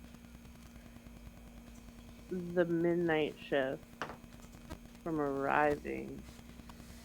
Do we think that the other shift would still leave, or are they not, like, or does it look like they're not allowed to leave until the new people They don't get leave. there? They don't leave in waves. It's like a person steps out, a person steps in, a person steps out. It's however like. It's like if you've ever worked in you work in an office. I'm like, when you leave, you don't really care about everybody else, right? You just go. Okay. So imagine if that were the case, but everybody had the same clock out time. Okay. So if we can find a way to delay the people that are coming onto shift, and then the people leave, that means fewer people in there. Sure. And again, the people that we're talking about, these 40 folks, the 20 and 20, they're Yeah. not combatants. Like you, it doesn't look like Oh, you're I gonna. know, which is why it would be easier to potentially delay them, like make their freaking door locks malfunction and trap them in their house, or Sure. bust down an elevator that has like 5 of them in it, or find ways to kind of reroute them so they're not getting there right at shift change. I And understand. then once like enough people leave, we go in and do what we do, and there's not as many people in there. Okay, I guess what I'm trying to wonder about, and just help me to understand, why do you care how many of them are in there or not? I don't want them to die. Okay, They then don't don't have kill to? them. Don't kill them. Yeah, like, I mean, but here's the thing. If, like, we go in there guns blazing, Yeah, which, I mean, we're going to have to shoot some shit if we're going through the front door. okay, People are You don't gonna want to get die hit. either. right. Like, when have you ever seen a movie where some random extra hasn't just been like, oh! I mean, that's a possibility, but again, like, you know, you gotta break a couple eggs if you're gonna make an omelet, right? No, yeah. But I just figured if we're trying to be less It's up to you. John Wayne about it. It's up to you. Again, I'm just trying to see the importance of it. But if you feel that's an important, measure, again, bring it before the group. That's solid. Yeah. I mean, I feel like it would be like important if we're trying to get in there quietly. yes, I agree. Would be to kind of cause a bunch of other issues in the pylon where, like, hey, there's an elevator down, so people's attentions are on that, or hey, there's these 3 people can't get out of their house. or whatever, Right. and then we could show up with our cards and be like, reporting for duty. Okay, I see what you're saying. So you're trying to Yeah. say like your replacements. Kind of, yeah. Okay. It's just like there's a couple different ways you can go with it, like, but I feel like it could be beneficial depending on what route we take. Okay. I don't know. I'm just throwing ideas out there. I'm okay with that. I'm not trying to say that your Fine. idea is not bad. I'm just trying to make sure I understand the root of why like the plan is being formulated the way it is. That's all. And Yeah. I would say that it's not a bad idea. I guess the thing I would wonder is we would need to know what happens. Like we may need to test what happens if someone doesn't show up for work. Do they send a Yeah. replacement or not? So how do you want to test that? And with Anthony. Anthony. And well, sorry, what did you say, Kimmy? No, I was just saying the same thing. Can with Anthony. Oh, Cam with Anthony. Okay, gotcha. Canthony, as we know him now. Yeah. Okay, so how would you like to proceed? I say we give him food poisoning. Okay. So what you'll note is hegemonic representative. This is something Thane may have explained to you. There's basically cure-alls for a lot of maladies that we in our current life like are plagued by that they're not going to be plagued by. So the flu, that's not really going to matter because they can just take a pill and it's over. The a food poisoning event that doesn't matter because again they can just take a pill or like squirt of like fluid into their tum tum and they're fine. So as far as medicine goes, Okay. it is very top notch. So outside of like kidnapping him and not letting him go to work, there's no sick days. Because that's the benefit of that's the benefit of super medicine, isn't it? Yeah, sure. You don't call in. You work your 12 hours every day, all That's 7 days. democracy. You don't have to miss work Right, because you enjoy your job. or die. Okay, so we find some way to detain him. I'm assuming we're gonna have to kidnap this bitch. Okay, so there's no rolls here. We're still in free play. I don't know. We're just in the bit where we're kind of like testing the waters here. So how would you like to? You know where Anthony lives. You as a group understand what Anthony means to the goal that you're kind of trying to engage with here. How would you like to? I believe your words were kidnap Anthony. What do I roll just to do? There's no rolling. We're not doing rolling here. There's no chance of failure here. Okay. You tell me so what you not want to a do, bard. Got and it. I tell you what happens. Yeah. I mean, if you want to seduce him, is that what Dax wants to do to try and get on his good graces? That's an option. Oh, like That's an bump option. into him in on the elevator. Bump Like, into him. That's a very hey. again. I like your pocket protector. If you want to engage in that, that is an option. I just want to make sure that that's clear. Just don't Again. know how effective that would be. I'm pretty sure she lives in coveralls. Yeah. Maybe he's into that. You never know. So is that the path Dax wants to engage in, or do we want to back off on that? No. I don't know. Sure, I you. mean, guys, input, please. How I- common is it to see Urbots walking around? Like, are they? Not terribly common, but not rare. Like, it's not like the craziest thing. I'd say What if he probably was- in a population of like Dressing 100, up like an Urbot. 1 or like 0.5 are Urbots. What if he needed a repair in his apartment?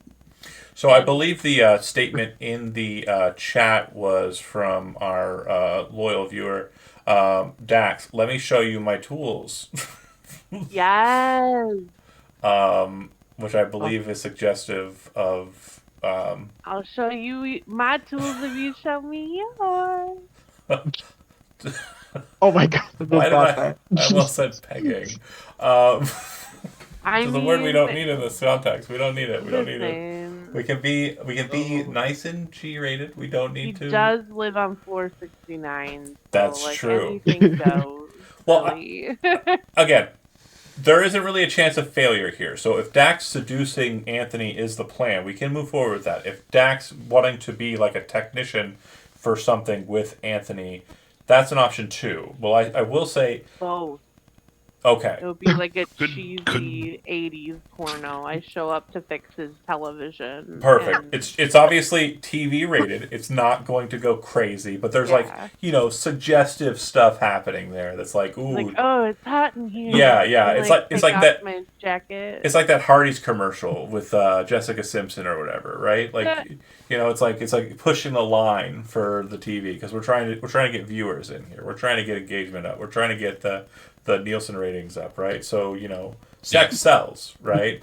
Just don't fall in love, Magpie. Just don't fall in love. And then you fall in love with Anthony. Oh no. He's actually really great. Come- He's got. And like comes- he's really good at speaking. It becomes part of the crew. And he's a speaker, not an engineer, not a technician. Yeah, he's a speaker for some reason, and he's played by. Let's go find a seventh place. Right? And he's played by the next person that fails their vice roll. Yeah.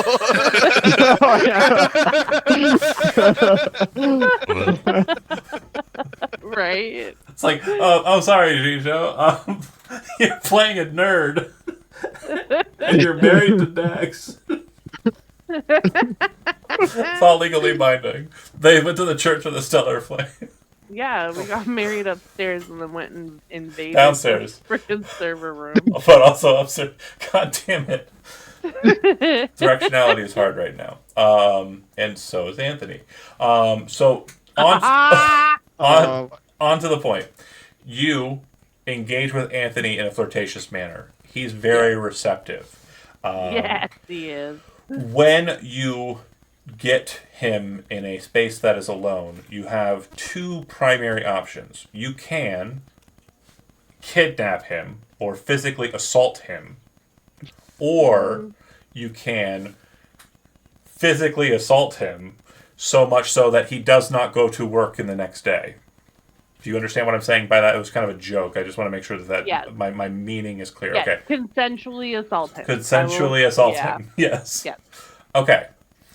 If you engage in consensual assault, and I don't typically have roles for anything in here, it's obviously a thing, but we just made up Anthony based on John's description of Anthony, and then we just went with it, and I don't want to assign kind of like a descriptor for Anthony as to how much of suitable partner he is in this. So I'm going to let you decide whether you think Anthony is even good, or we can roll for it. Those are your options. And we need to Rolling roll for for it it because is it's probably gonna the be best. fucking Okay. great. Roll a D100. And if you roll a 69, I'm going to shit my pants. Yeah, that's the first thing I would hope. Oh, close. Really Oh, it close. was close. So It was fucking so close. It's close enough that I'm going to say that the scene that we It's have true love. on the TV that happens, that's suggestive, but not really showing anything. You've got the coveralls flying out of the room. You're hearing sounds of tools slamming together, and then Dax is eliciting funny sounds, and also is Anthony. And then they're both laying in bed, smoking a death stick, and kind of staring up at the ceiling. And you see Anthony look over to the clock and say, "Oh my God, I'm 10 minutes late." And that's when she grabs him by the shoulder, pulls the blanket over him, and the scene cuts. Taking So, one for the team, guys. maybe more than one. His refractory period is pretty good. God damn it. Oh, I'm so glad How Gijo's did not this here. happen? I would be canceled for fucking ever. Don't watch this episode. So Gijo. much If you're judgment. so much. Yeah, the eyes would just be ripping my soul apart. That said, what I will say is, those of you who are on the outside, what you'll note is that when Anthony does not arrive at his shift, there's about a 10-minute space where you're kind of just watching, right? Paying attention. And the door opens. This is the first time you've ever seen the door open, not at midnight or around midnight when people were entering or exiting, and not at noon. It's like well after that, well past everybody's had a chance to kind of get in. 2 individuals come out. They are wearing black suits, not too different from what you've seen Thane wear when he is engaging in kind of pretending to be an hegemonic individual. And they start making their way toward the elevator. The doors close. You can see that they are not armed.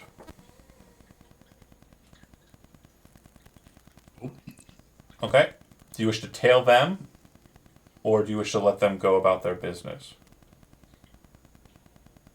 Are they the only ones that get on the elevator? Like, are There's nobody else around. Yeah, it's like, so this would have been midnight, so there aren't any like shoppers or anything. Like, not many, anyways. You don't look too crazy walking around.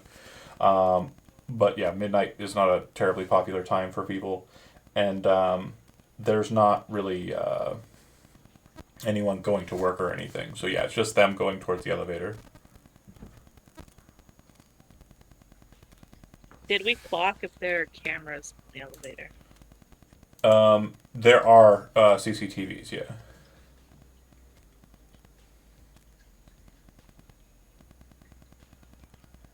Mm.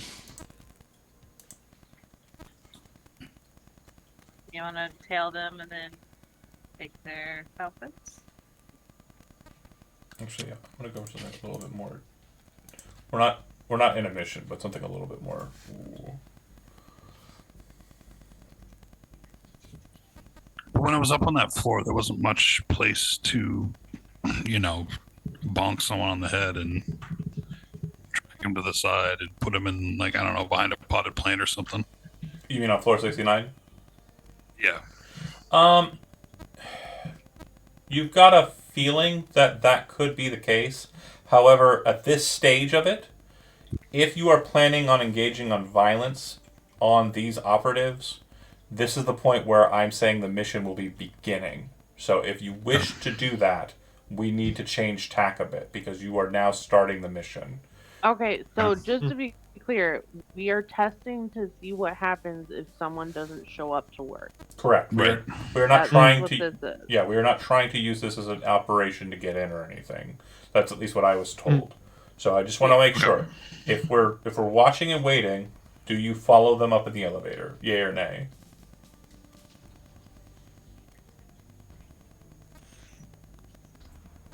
I am Say busy. nay. It's gotta be one of you Well, guys. Say Flashback. nay. Yeah, that's what. Flashback beat. Yeah. Who was on floor 52 when that happened? Everybody but Remember- Dax. Incorrect. Mhm. Everybody but Dax and somebody else who was on floor 69 to watch Dax's back. Who was the other me. person? It was me. Were you down there or were you up there? I was up there. You're up there. So you're waiting on 'Cause I floor watched- 69. Mm. Okay. I'm just hanging out. Okay. Cool. So there's not a lot of places that make it look like you're not doing that. So you're obviously finding a place where you're hidden. So you're going to be hidden until you are not hidden. Okay? So you choose when you reveal yourself or if you remain hidden. Okay? Mm-hmm. You're able to see down the barrel or kind of like squaggly barrel of the hallway that leads to 18, which is where Anthony's located. The 2 guys come up after you hear comms that tell you they're coming. 2 guys, black suits, kind of like what Thane wears. They come up, exit the elevator, and start walking in that direction, then stop. They look around. They don't seem to notice you. You then watch as they reach into their pockets and pull out white gloves and put them on. The gloves in question are like butler gloves. You know, like when they test the dust line, you know? Oh, okay. That kind of shit. and they start walking towards 18. Do you stay hidden? Fuck. Do you do anything while hidden?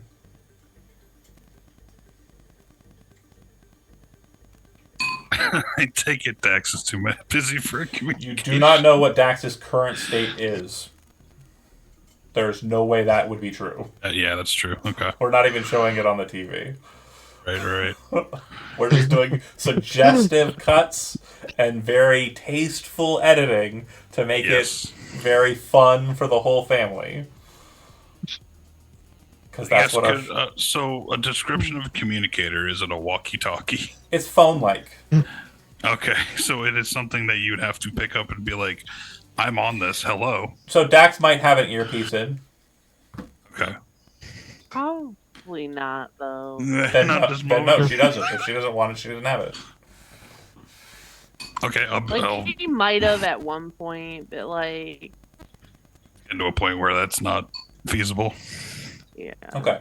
So if you ping, there would be a note on the phone that appears. But what I will say is whatever matter of engagement that you are processing with Anthony at current is so in the thralls of it, this being about 15 to 20 minutes after you basically stopped him from... So you've got to be, like...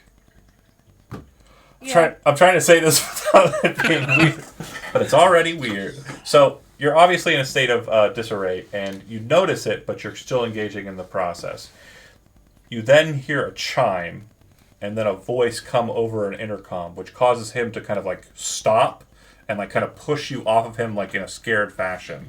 And the voice that comes over the intercom says, hold on, where is my note?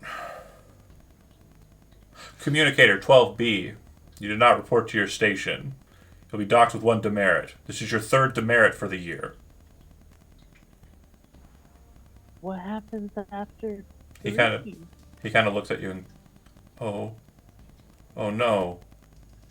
What does that mean? Get in the closet. Get in the closet. Get in the closet. Okay. They're coming in. Oh God. And he kind of looks towards like the ground, and it's that scene where you can see like the back end of him in silhouette, and he's like pulling his pants up while Dax is kind of grabbing her stuff and rushing into the closet. Yeah. But we're not like getting a full-on shot.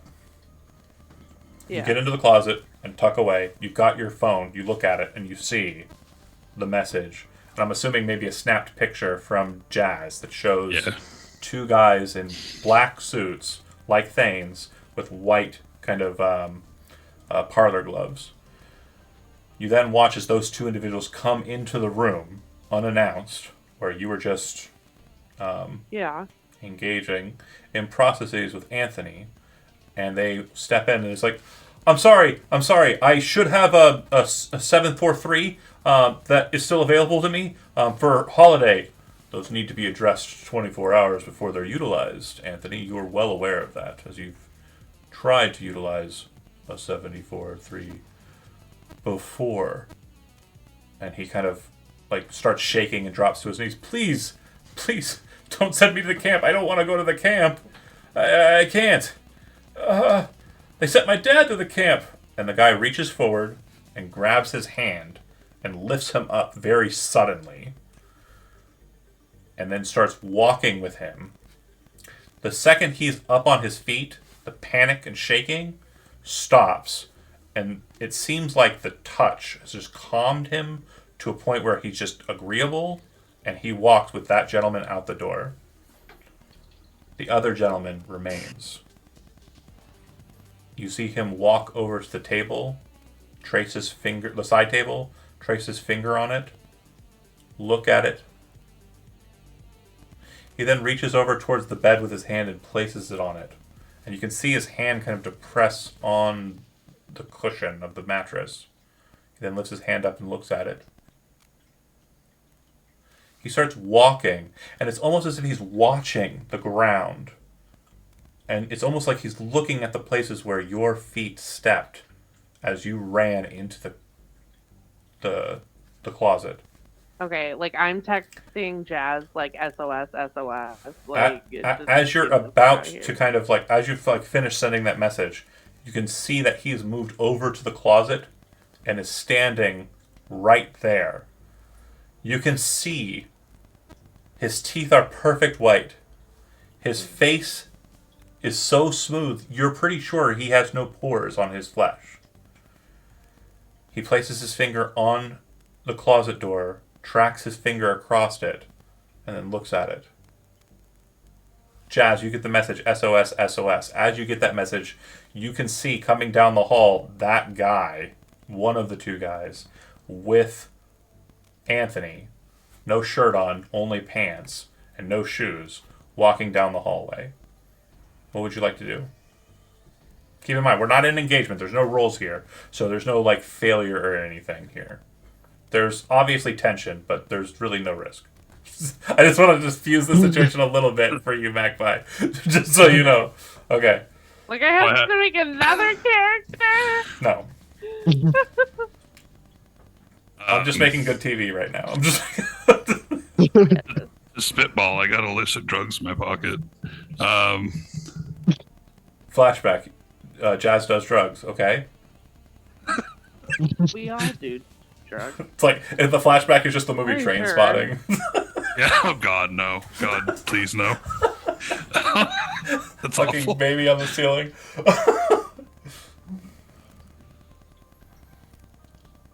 Okay. What are we doing, Jazz? If anything. He's gonna take him out of his pocket and then look at him and be like, nah, fuck. And then he'll like, Do you kind of Kinda like- do you kind of delay there for a second? Is that what I'm hearing? yeah. Okay, so pause. While that's happening, you would see inside Dax him kind of raise his finger and look at it, and then he kind of turns his head and says, "Yes, I'm here." No, there doesn't appear to be any other party here. I believe they've left. Of course. We'll be back down in a moment. I agree. The individuals that were lounging around on 52 should be noticed. Take them into account. I believe the woman that he was engaging with was seen at the Church of the Stellar Flame. All points bulletin, of course. If she enters floor 52, we'll notate it. Returning, and he walks away. Okay, I would immediately text Jazz. Hide. And so as you're kind of getting ready to do something, you look down at your phone and it says hide, and you kind of go, well, I already am. Mission accomplished. You see the man stop at the elevators with Anthony, and Anthony is completely pacified. This is something you've seen before as a minor, not a child, as a person who works in the mines. Yeah. I gotta do it every time. It's a funny bit. Okay? It's a funny bit. Yeah. So you would see that the individual who currently has him has basically put him in a state of way comatose. He's basically locked out his mind from operating through use of the way. And the other individual comes down the hall and joins him. The two then walk into the elevator and disappear from your sight. It appears that they are heading up to the top floors, where the shuttles are located and ships are located.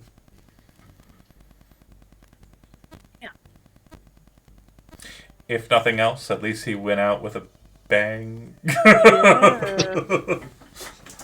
And we fucked that guy's life up. Literally. Double fuck. Oh. Johnny? Johnny, did you just talk about what was happening? Did you say Johnny? Did you say Johnny? Because Johnny said, oh. It's fun for the whole. We have to keep it fun for the whole family because again, we have all ages, all ages watching. All ages present and accounted for. Okay. So I happy would with get this free play. dressed Okay. and go find Jazz. Okay. But can it be like one of those things where like I'm walking down the hallway looking for him and then just like I don't know where he just like grabs me and yanks me behind like whatever the fuck he's hiding behind. Before you leave, is there anything else you want to ask about the apartment? Does I mean, I'm assuming at this point they would deactivate all of his access cards, but You would assume that, but I you'd also would- know that they are still here. yeah, I would take them anyway, and then,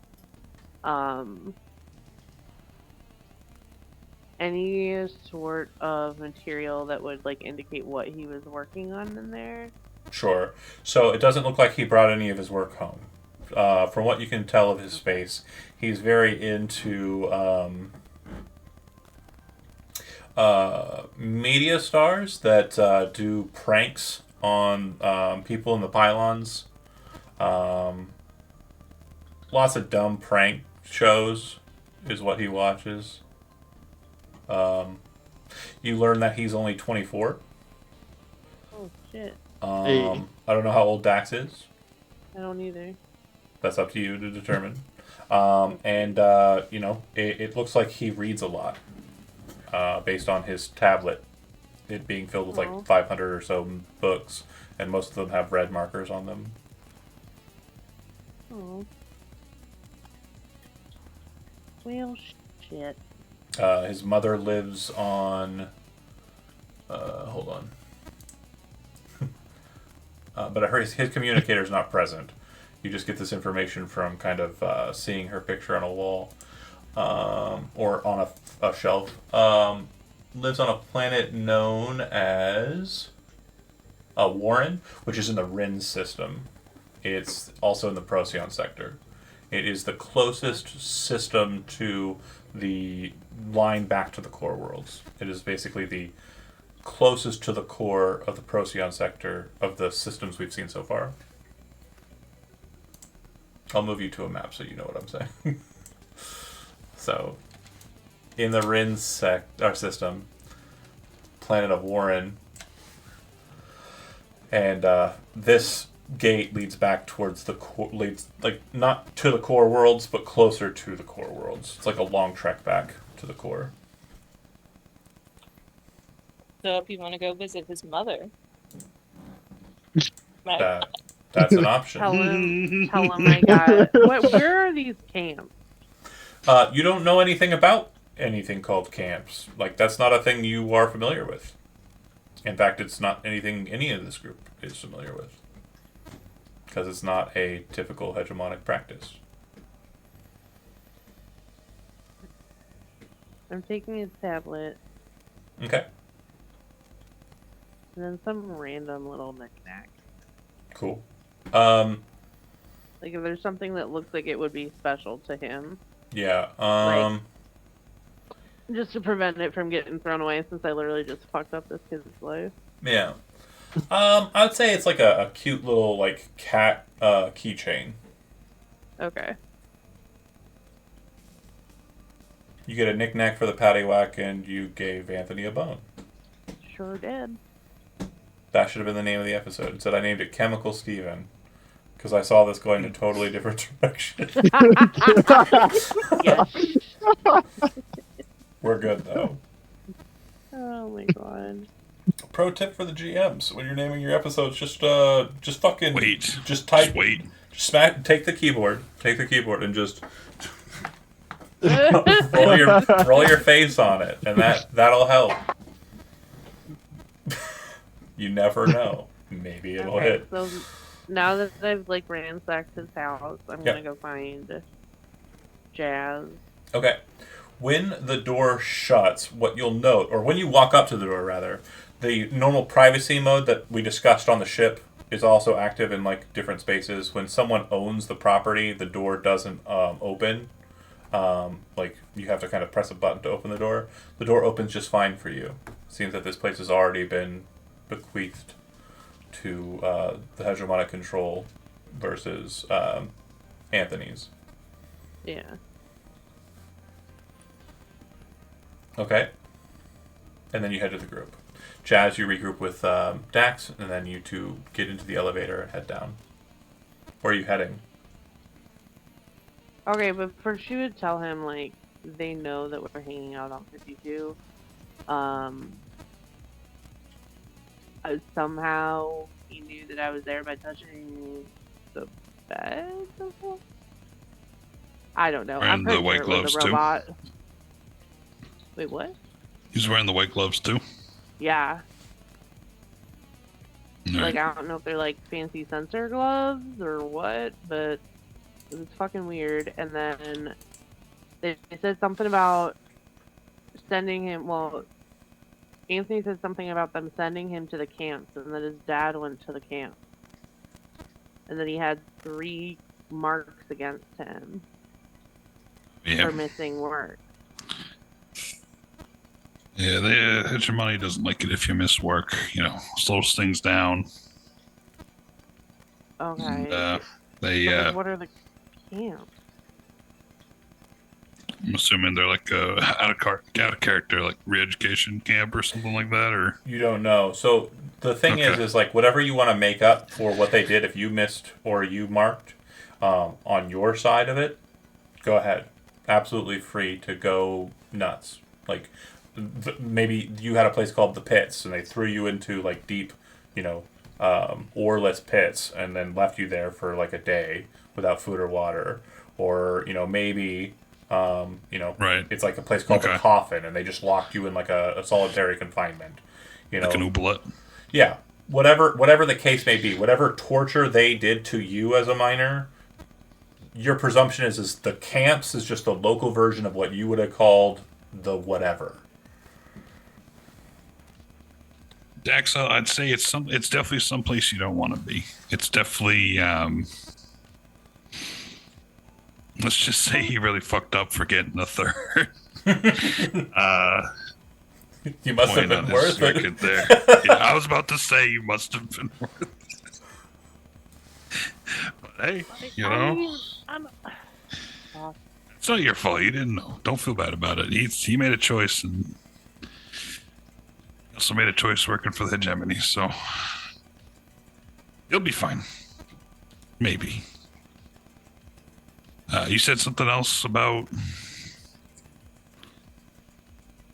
Oh yeah, they're onto us.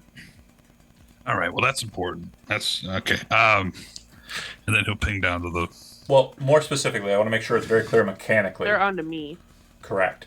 Which we already covered in the setup with the Stellar Church. So Yeah. they are aware that Right. Dax is looking around and nosing around. Yeah. They're also They aware know that I'm being Snoopy, so I don't think I can be part of like the actual infiltration. or surveillance. You might be a part of the Yeah. infiltration, but it'll have to be kind of quick, like elevator to Yeah. you know structure ASAP. But yeah, so the -1 dice that you have for your engagement roll when we do get to it is because of Dax, and it's again it has a narrative effect.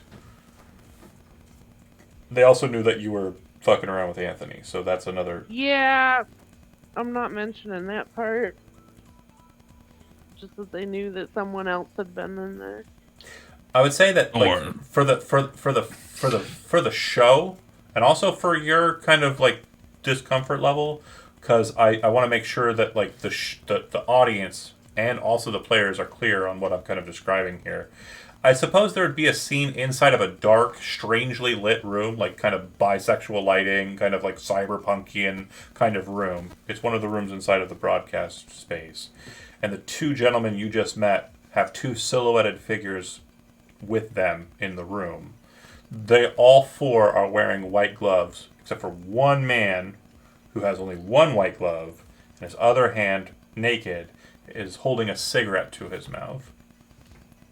They seem to be watching video of what appears to be Dax and Anthony entering into the front room of his apartment.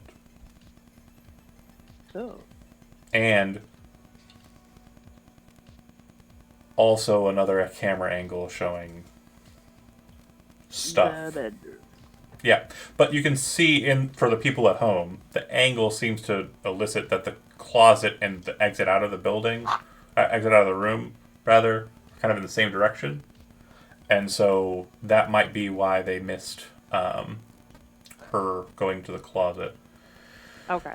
So they appear to be watching creepily from inside Love his room. it.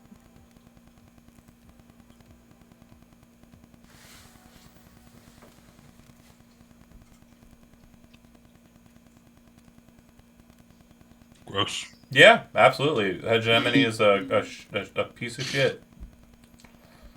I want to make sure that it's very clear that the villain. Are you sure? Do you know yet? Like, we have the background stuff of, like, Tarash and the like. We have the background stuff with Jazz as well. We haven't even gotten into the fucked up shit with fucking Zelry yet. But yeah, they're fucked up. Evil for evil's sake. Or expedience sake. Okay. So, do we continue reviewing information and trying to get more details on matters? Doesn't seem replacements are a thing that they do. You'll note that there are now 19 on first shift, and 20 on second. Do you know what they're doing? Do you guys know what they're doing? They told somebody that they're a really good employee, and they gave all of Anthony's work to that person. Yeah. So Magpie, can you do that? I mean, Dax, can you do that 19 more times? I need you to just honeypot the whole fucking Whole office. crew. Whole fucking crew. Oh my god. So I know this isn't directly your job, but do you think that you could do this just for today, and then it's the rest of your life? Just for today. Can you bang this all out in one day? Bang Please? this all out. Terminology very important. So you guys are horrible. We live in. I'm an engineer, damn it! Damn it, Jim. I'm an engineer, not a harlot. Not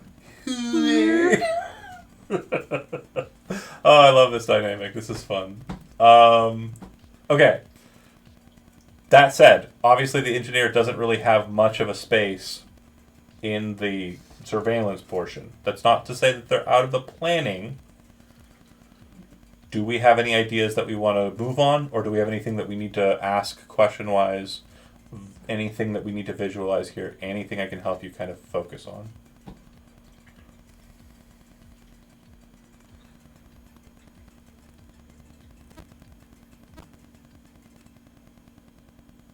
I mean, is there any way we can reverse engineer these ID cards? So you have Anthony's cards. Right. There are 3 of them. One of them appears to be the property that he lives in. You're pretty sure that utilizing that might be a problem. Yeah, no, not those, but the more important ones. You're not aware of the surveillance, but you are aware that they probably are keeping tabs on that property or are about to move someone new into it. Not you. The key that gets into the space...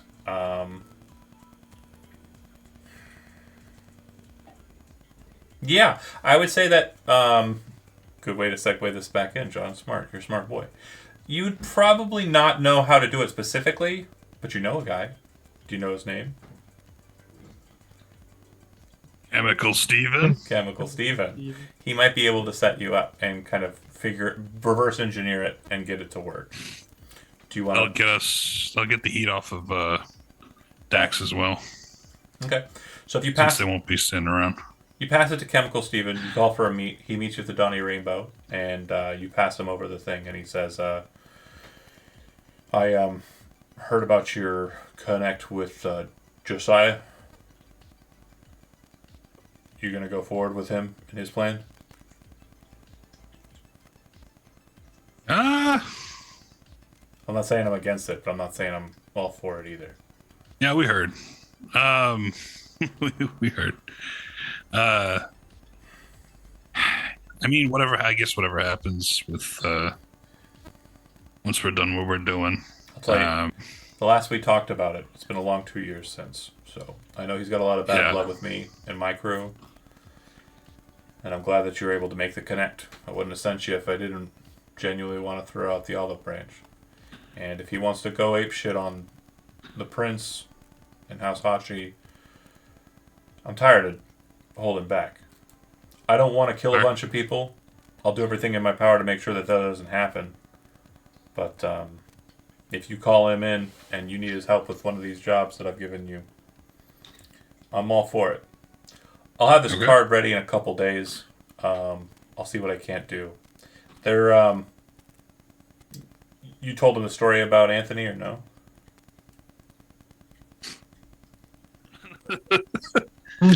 Does he's gotta say, like, is there anything again- else you got for me? How'd you get these cards? No, he doesn't ask, but you tell him. Okay. I mean, I'll kind of side eye Dax. Okay. Well, you don't have again. It's up to them to. You don't have to tell me about the particulars. You just need to tell me that this belongs to a former person who worked in the broadcast studio. Damn it. That's all I'm asking for. Why do we have to make... Okay, real quick, before we get too far into this, because obviously this is a sensitive topic. Magpie, are you chill with this kind of joking kind of... Oh, I don't give a shit. Okay, I'm just making sure. I do not want it to be uncomfortable or weird, because it is for me already. No, I'm good. Okay, great. So then continue with your side-eyeing Dax, John. And... I was just gonna side eye and just say, yeah, we got him from. I guess we got him from a former employee of the station. So they'll probably be bringing in a new guy. I got friends on floor. I got friends on the top floors. I can see if we can't maybe pull him aside. Maybe replace him with somebody of yours.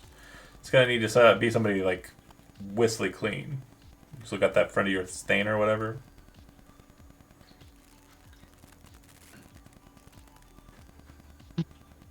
No. You there, John? Sure. Yeah. You still got that friend of yours, Stain? No. Oh yeah, he would have been good.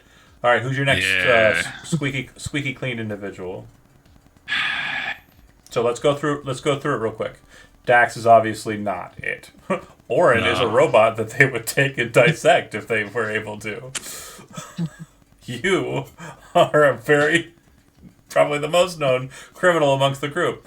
Tarash is a member of a species. Celery, you're up. I'm glad you saw where I was going. Because when I got to the pizza, I'd have been like, a member of a cult that is not sanctioned by the hegemony. And the hegemonic clone. I mean, the person who came from a hegemonic medical facility. Who is maybe a clone? Who knows? So Zelry. You're a clone. Why does everyone keep saying that? I call shenanigans. So Zelry would be the one you would want to become the employee. Zelry, you obviously do not have to do it if you do not want to. Zelwer will do it. Okay. But I get first dibs on any good move. Now, before we get into that, that's just in a planning stage. Obviously, we got an engagement role coming your way, but I just want to make sure. That is the plan, so when we get into it, Zelry will basically be tagged as an employee for the HNN. They will be given the cards that are replacements of the person who is coming out here and the paperwork to show that they're that individual. Then you'll have them enter in. Okay.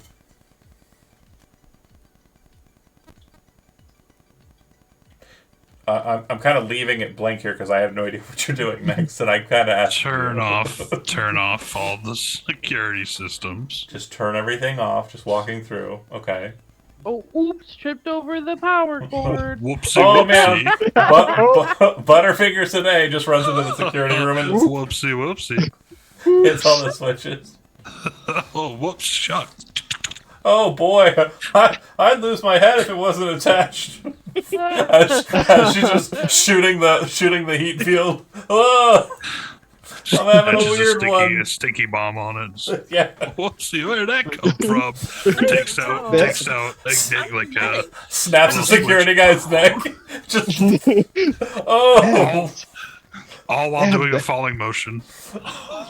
Oh my god. This hangover is so bad. I don't want to get a mark. Don't send me to the camps. So also Chemical Steven. This is just a Robot Chicken episode. God damn it. Do not dead ass read me like that. I'm not cool with your commentary.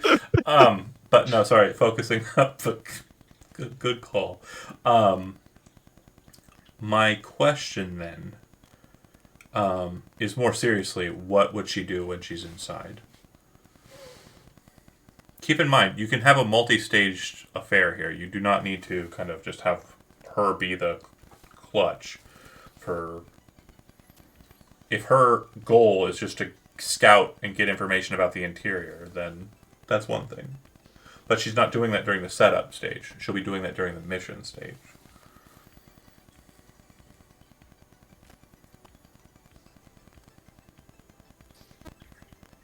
If you're asking me directly, I would. Yeah. Or everyone. Anyone. Okay. I did my job. If you got something, though, skinny, lay it out. I don't know. Do you? Do you ever see anybody come out for breaks? Like, do they just go in for their 12 hours and don't come out ever? No breaks. What? So I couldn't That's- go in for a couple hours and No then snap. tell everybody. You're going to have to work at least one shift. Maybe I should work one shift and then, figure out how things go in there. And then It's come like, back. I don't know what I'm doing. And then, of course, I'll just sit there, push buttons. you, Beep cur- boop, beep boop. you currently have Chemical Steven, who does have perhaps some answers to more, nuanced questions that you might have. Like, I know one question that was plaguing people's minds is, what are the camps?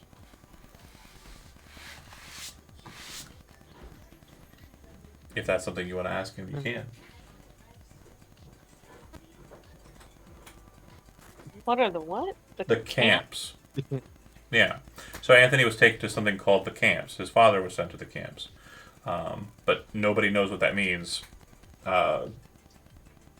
Jazz has an inkling as to what it means. Like, he understands the process. Like, that hegemonic control kind of leads to. But you don't know precisely what the camps are.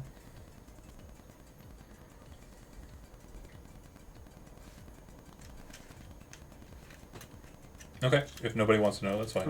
You don't have to ask Chemical Steven, it's fine. Chemical Steven, what happens at the camps here? So the camps, he mentions, are the grounds at the bottom and base of the, oh god, why is my brain not working? The other pylon. The pylon that was warded off. They farm. Nobody knows what the crop is, but I've only known one person to get away from it. From what I understand, they use the camp members as unwilling recipients of some sort of toxin. Supposedly wastes them away, and the guy who got out, easily weighed like half of what he did when he went in.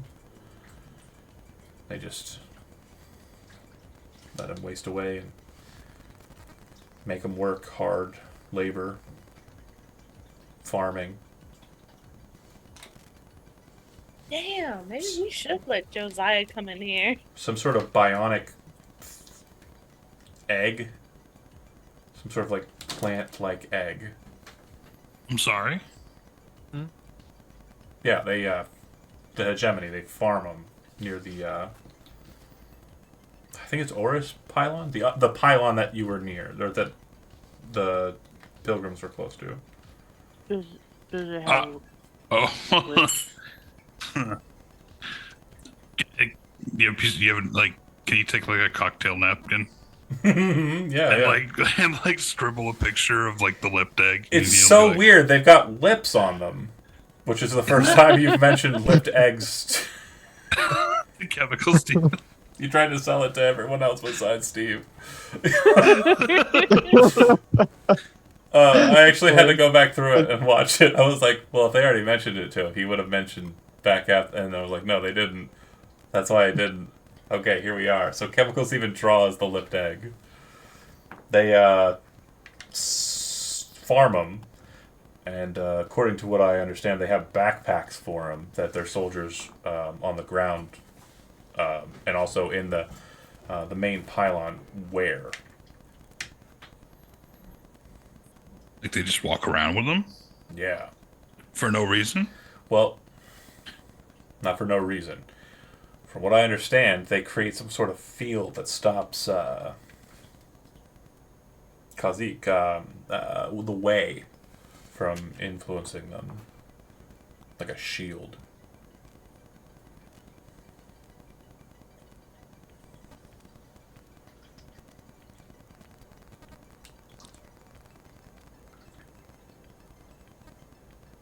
No shit. Yeah. Because we didn't even talk to Chemical Steven before we sold our lipped egg. Correct. Well, no, you did talk to Chemical Steven before you sold your lipped egg, because the guy you sold your lipped egg was a few rows over the way. You never talked to Chemical Steven about the lipped egg. You were talking Right. business regarding the rebel shit. No, I remember. I watched it. Second time. No, I know. I'm just trying to. Steven, I watched a man eat one of those. The fuck? Yeah. Well, I don't know anything about that. Yeah, we had one on our ship. I don't think they'd be very good tasting. Hey, he looked like he was having fun. What'd you say to me? Chips. Oh, chips. Cheaps? Chips. Drink. No drink. You do not get So I guess that makes a lot of sense why Hold on. they had a way user down there keeping them these things away from them. These settlers in Josiah. Yeah. Yeah, they got it's cordoned off around the pylon. There's like a farm around the base. Okay, well, that's good to know that Gemini is literally farming these things. Yeah, I guess so. That's the intel I've gotten. Wow. What are they? Supposedly, night beasts. Not savvy. I know that they wear them in backpacks and they create these way-blocking fields. And the suits that they wear with them, or more or less the backpacks, protect them from it. The guy who escaped, well, he's dead now. But Yeah. when he got out, he was like emaciated, like he hadn't eaten. But he said they fed him. No, they didn't feed him. They didn't feed him. They fed him to the beasts. Yeah, but he was all like, "What do you mean?" So we had a little cat man. I forget his name. Zelry, do you mind describing this to the gentleman with your We never learned his name. He was. Just like, I don't care about not the name. I don't care about the name. I meant about what happened to the cat. So we had an egg, and it Holy shit. it sucked the remaining life out of an injured cat that we had aboard the ship. Hmm. And that's what it does. It's going to suck any nearby life forces to feed itself to be born.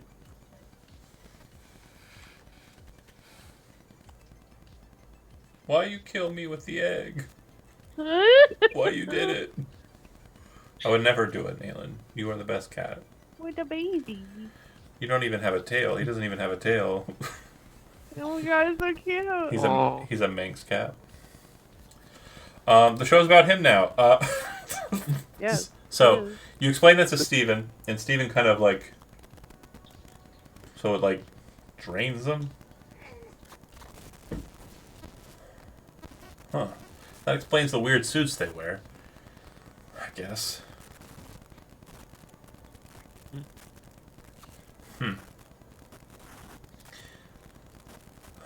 I mean, we don't have too many way users in our group.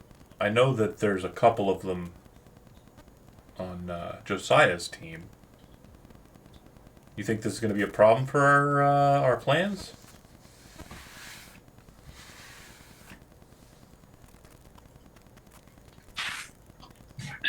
Well, about the ones on Josiah's group, Yeah. they're probably gone. He had a few of them. Oh, we only met the one. Yeah, most of them keep quiet. I'm assuming you're talking about, what was her name? Jessie? Yeah, they're gone. Yeah, she's kind of the reason me and Josiah got in our way. She, I do recall we heard that. very, negative. And focused on the task at hand. Yeah, which was using all those folk to get to our nerve vault. Using them. I thought their goals were in alignment. Not, not for her. she had hers all her girls lined up. What did she want? Didn't line up with theirs. Some bones and blood of some man who died a long time ago. Like a regular One guy? of these vaults. No, one of these vaults. Was it a? You got a name? Did we have a name? Of that guy? The guy. Yeah. Was it Draven? Craven doesn't sound familiar. You know how bad I am with names. Wait, Slowly. what's Johnny? Almgor? No. Okay, so I'm sure the audience would be yelling at the screen if this was like a syndicated TV show. Oh, Dargor. Yeah, There it is. Bard. Yeah. He goes, Dargor, huh? Huh. That's weird. Was it weird? There was a,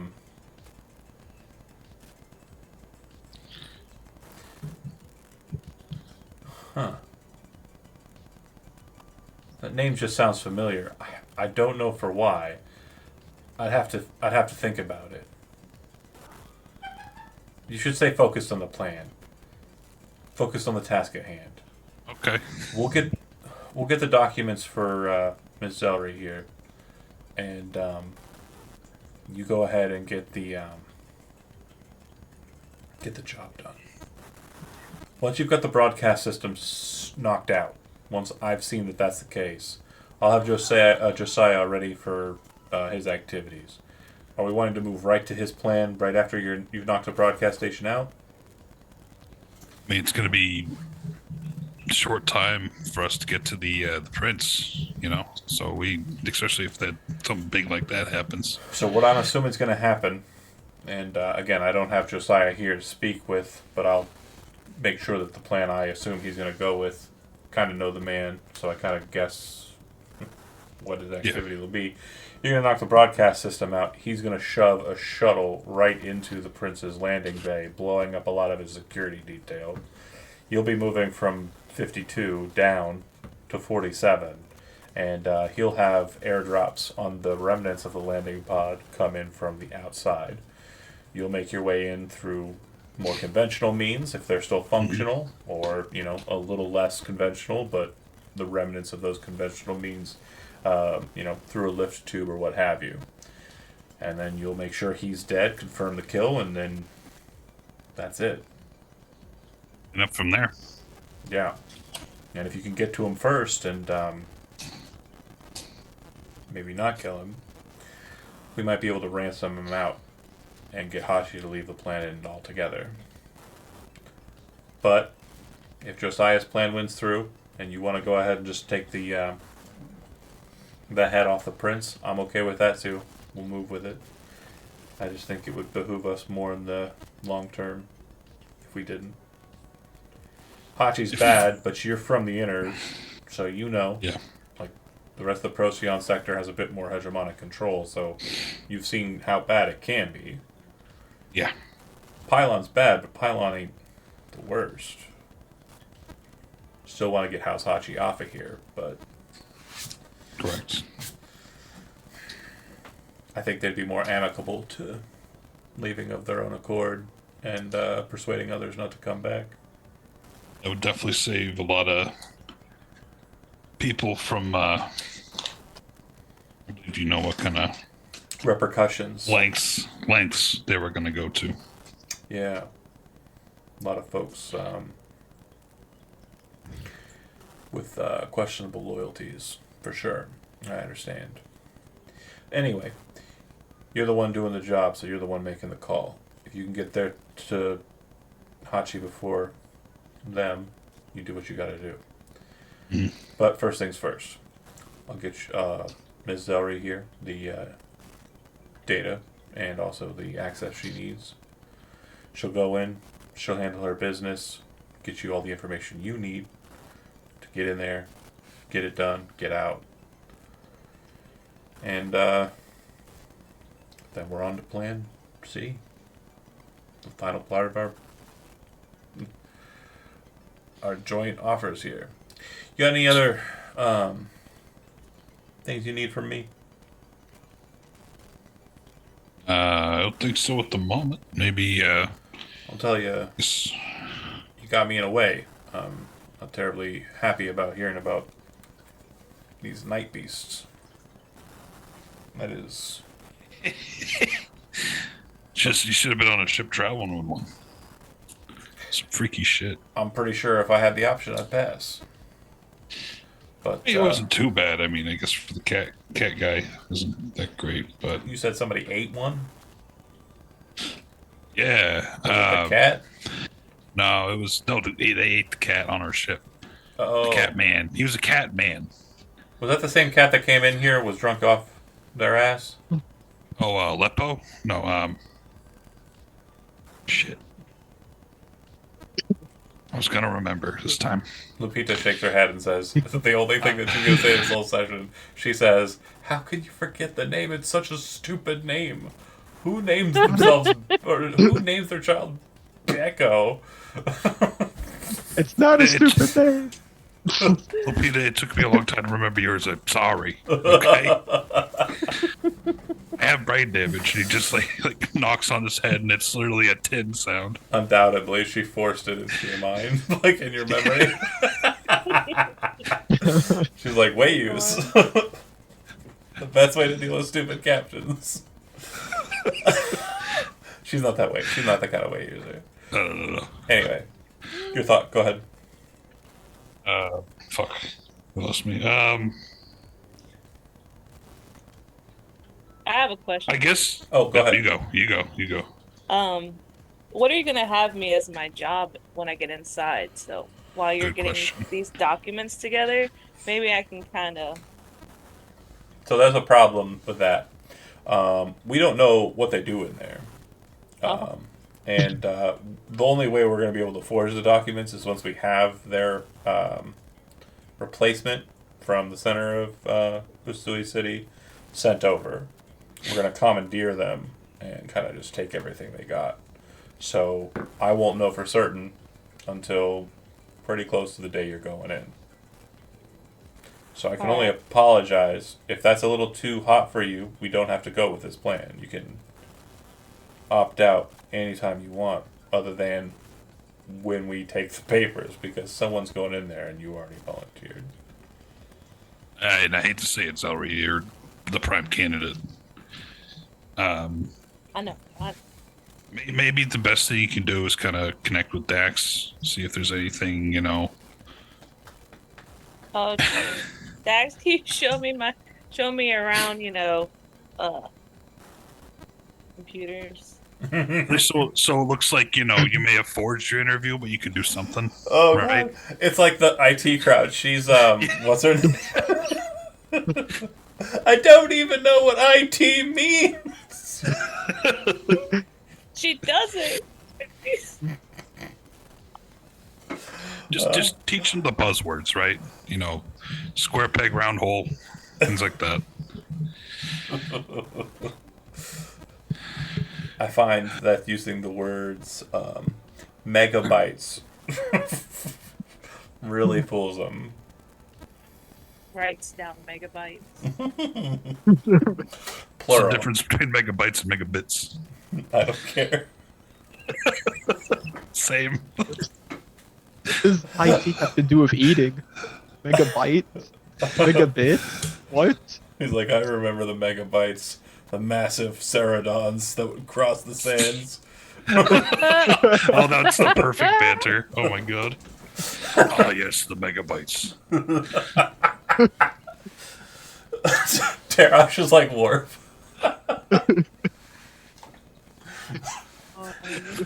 Oh, I love him. I love him the most. Okay.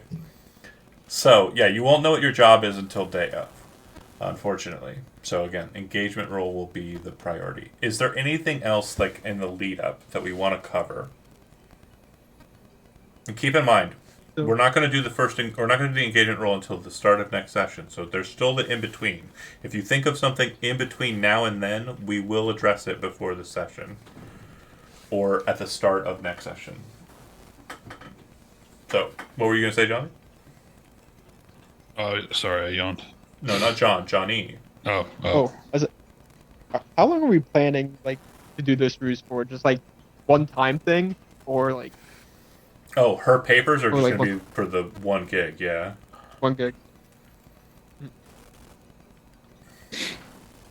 Highly unlikely there's an opportunity to extract with her maintaining that persona. Yeah.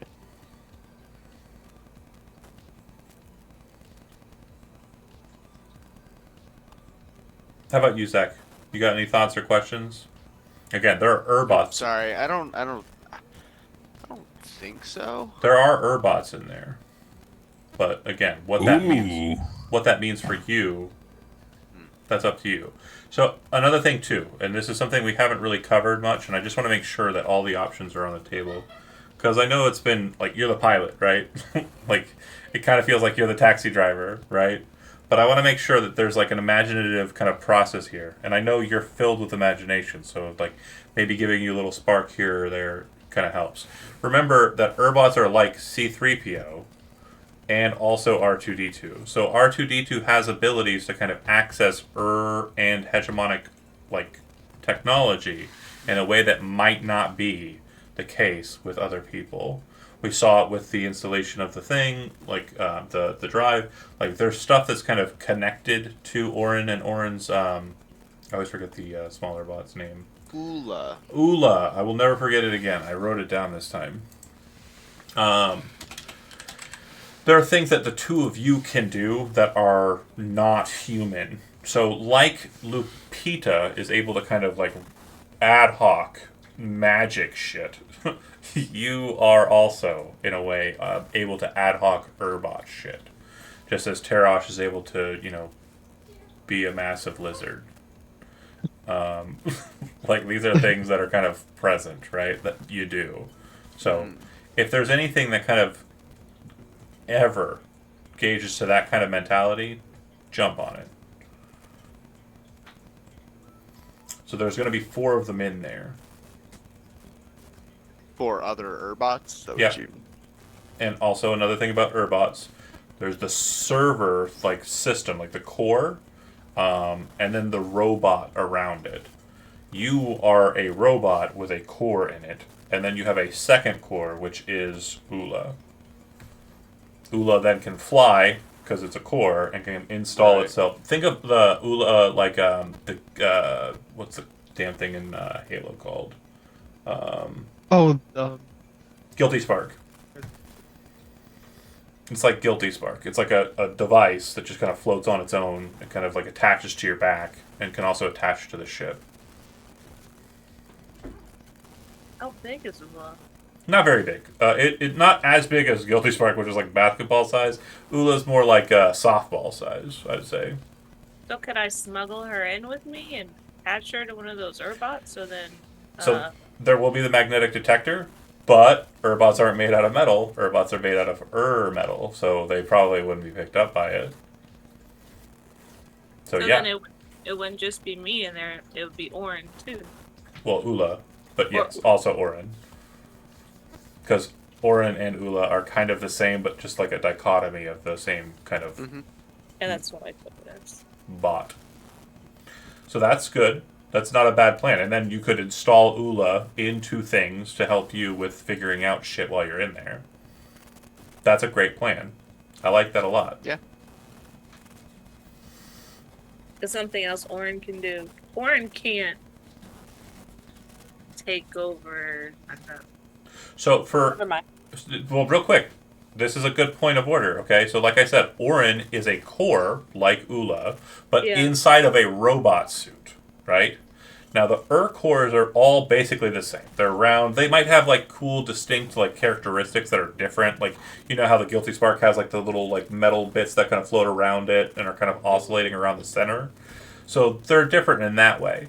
But if you go up to their Urbot, rip its core out, and then shove Orin's core or Ula into it, they are now an exact proxy of the Urbot that was, but they are Orin or Ula. Make sense? Yeah. Yeah. And so another thing too is if you can attach them to a system that has hegemonic, like, access points, they can kind of work with that, and they can hack in a way that's not like requiring of tools or like a direct connect. Don't do it. Stop it. Sorry, bad cats. Oh, it's because it's 10 o'clock. I knew it. Yeah, that Almost. one we can upgrade you very easy. Just plug and play. So I definitely, Play. Yeah, I was thinking the same thing. I definitely want everybody to kind of play with the ideas that I've kind of thrown out here. Think about it. We do have a kind of structure, but not a full-on set structure. We're going to finalize that in the first 30 minutes of next session. Also, if Jijo watches this, which I will suggest that they do, they will have an idea of what's kind of going on up until this point, and they will be able to suggest stuff as well in the chat and also in the first 30 minutes of next session as we finalize the plans and get to the point where we're rolling that beautiful, beautiful engagement roll, which you have a penalty to, and I'll never forget that. Okay.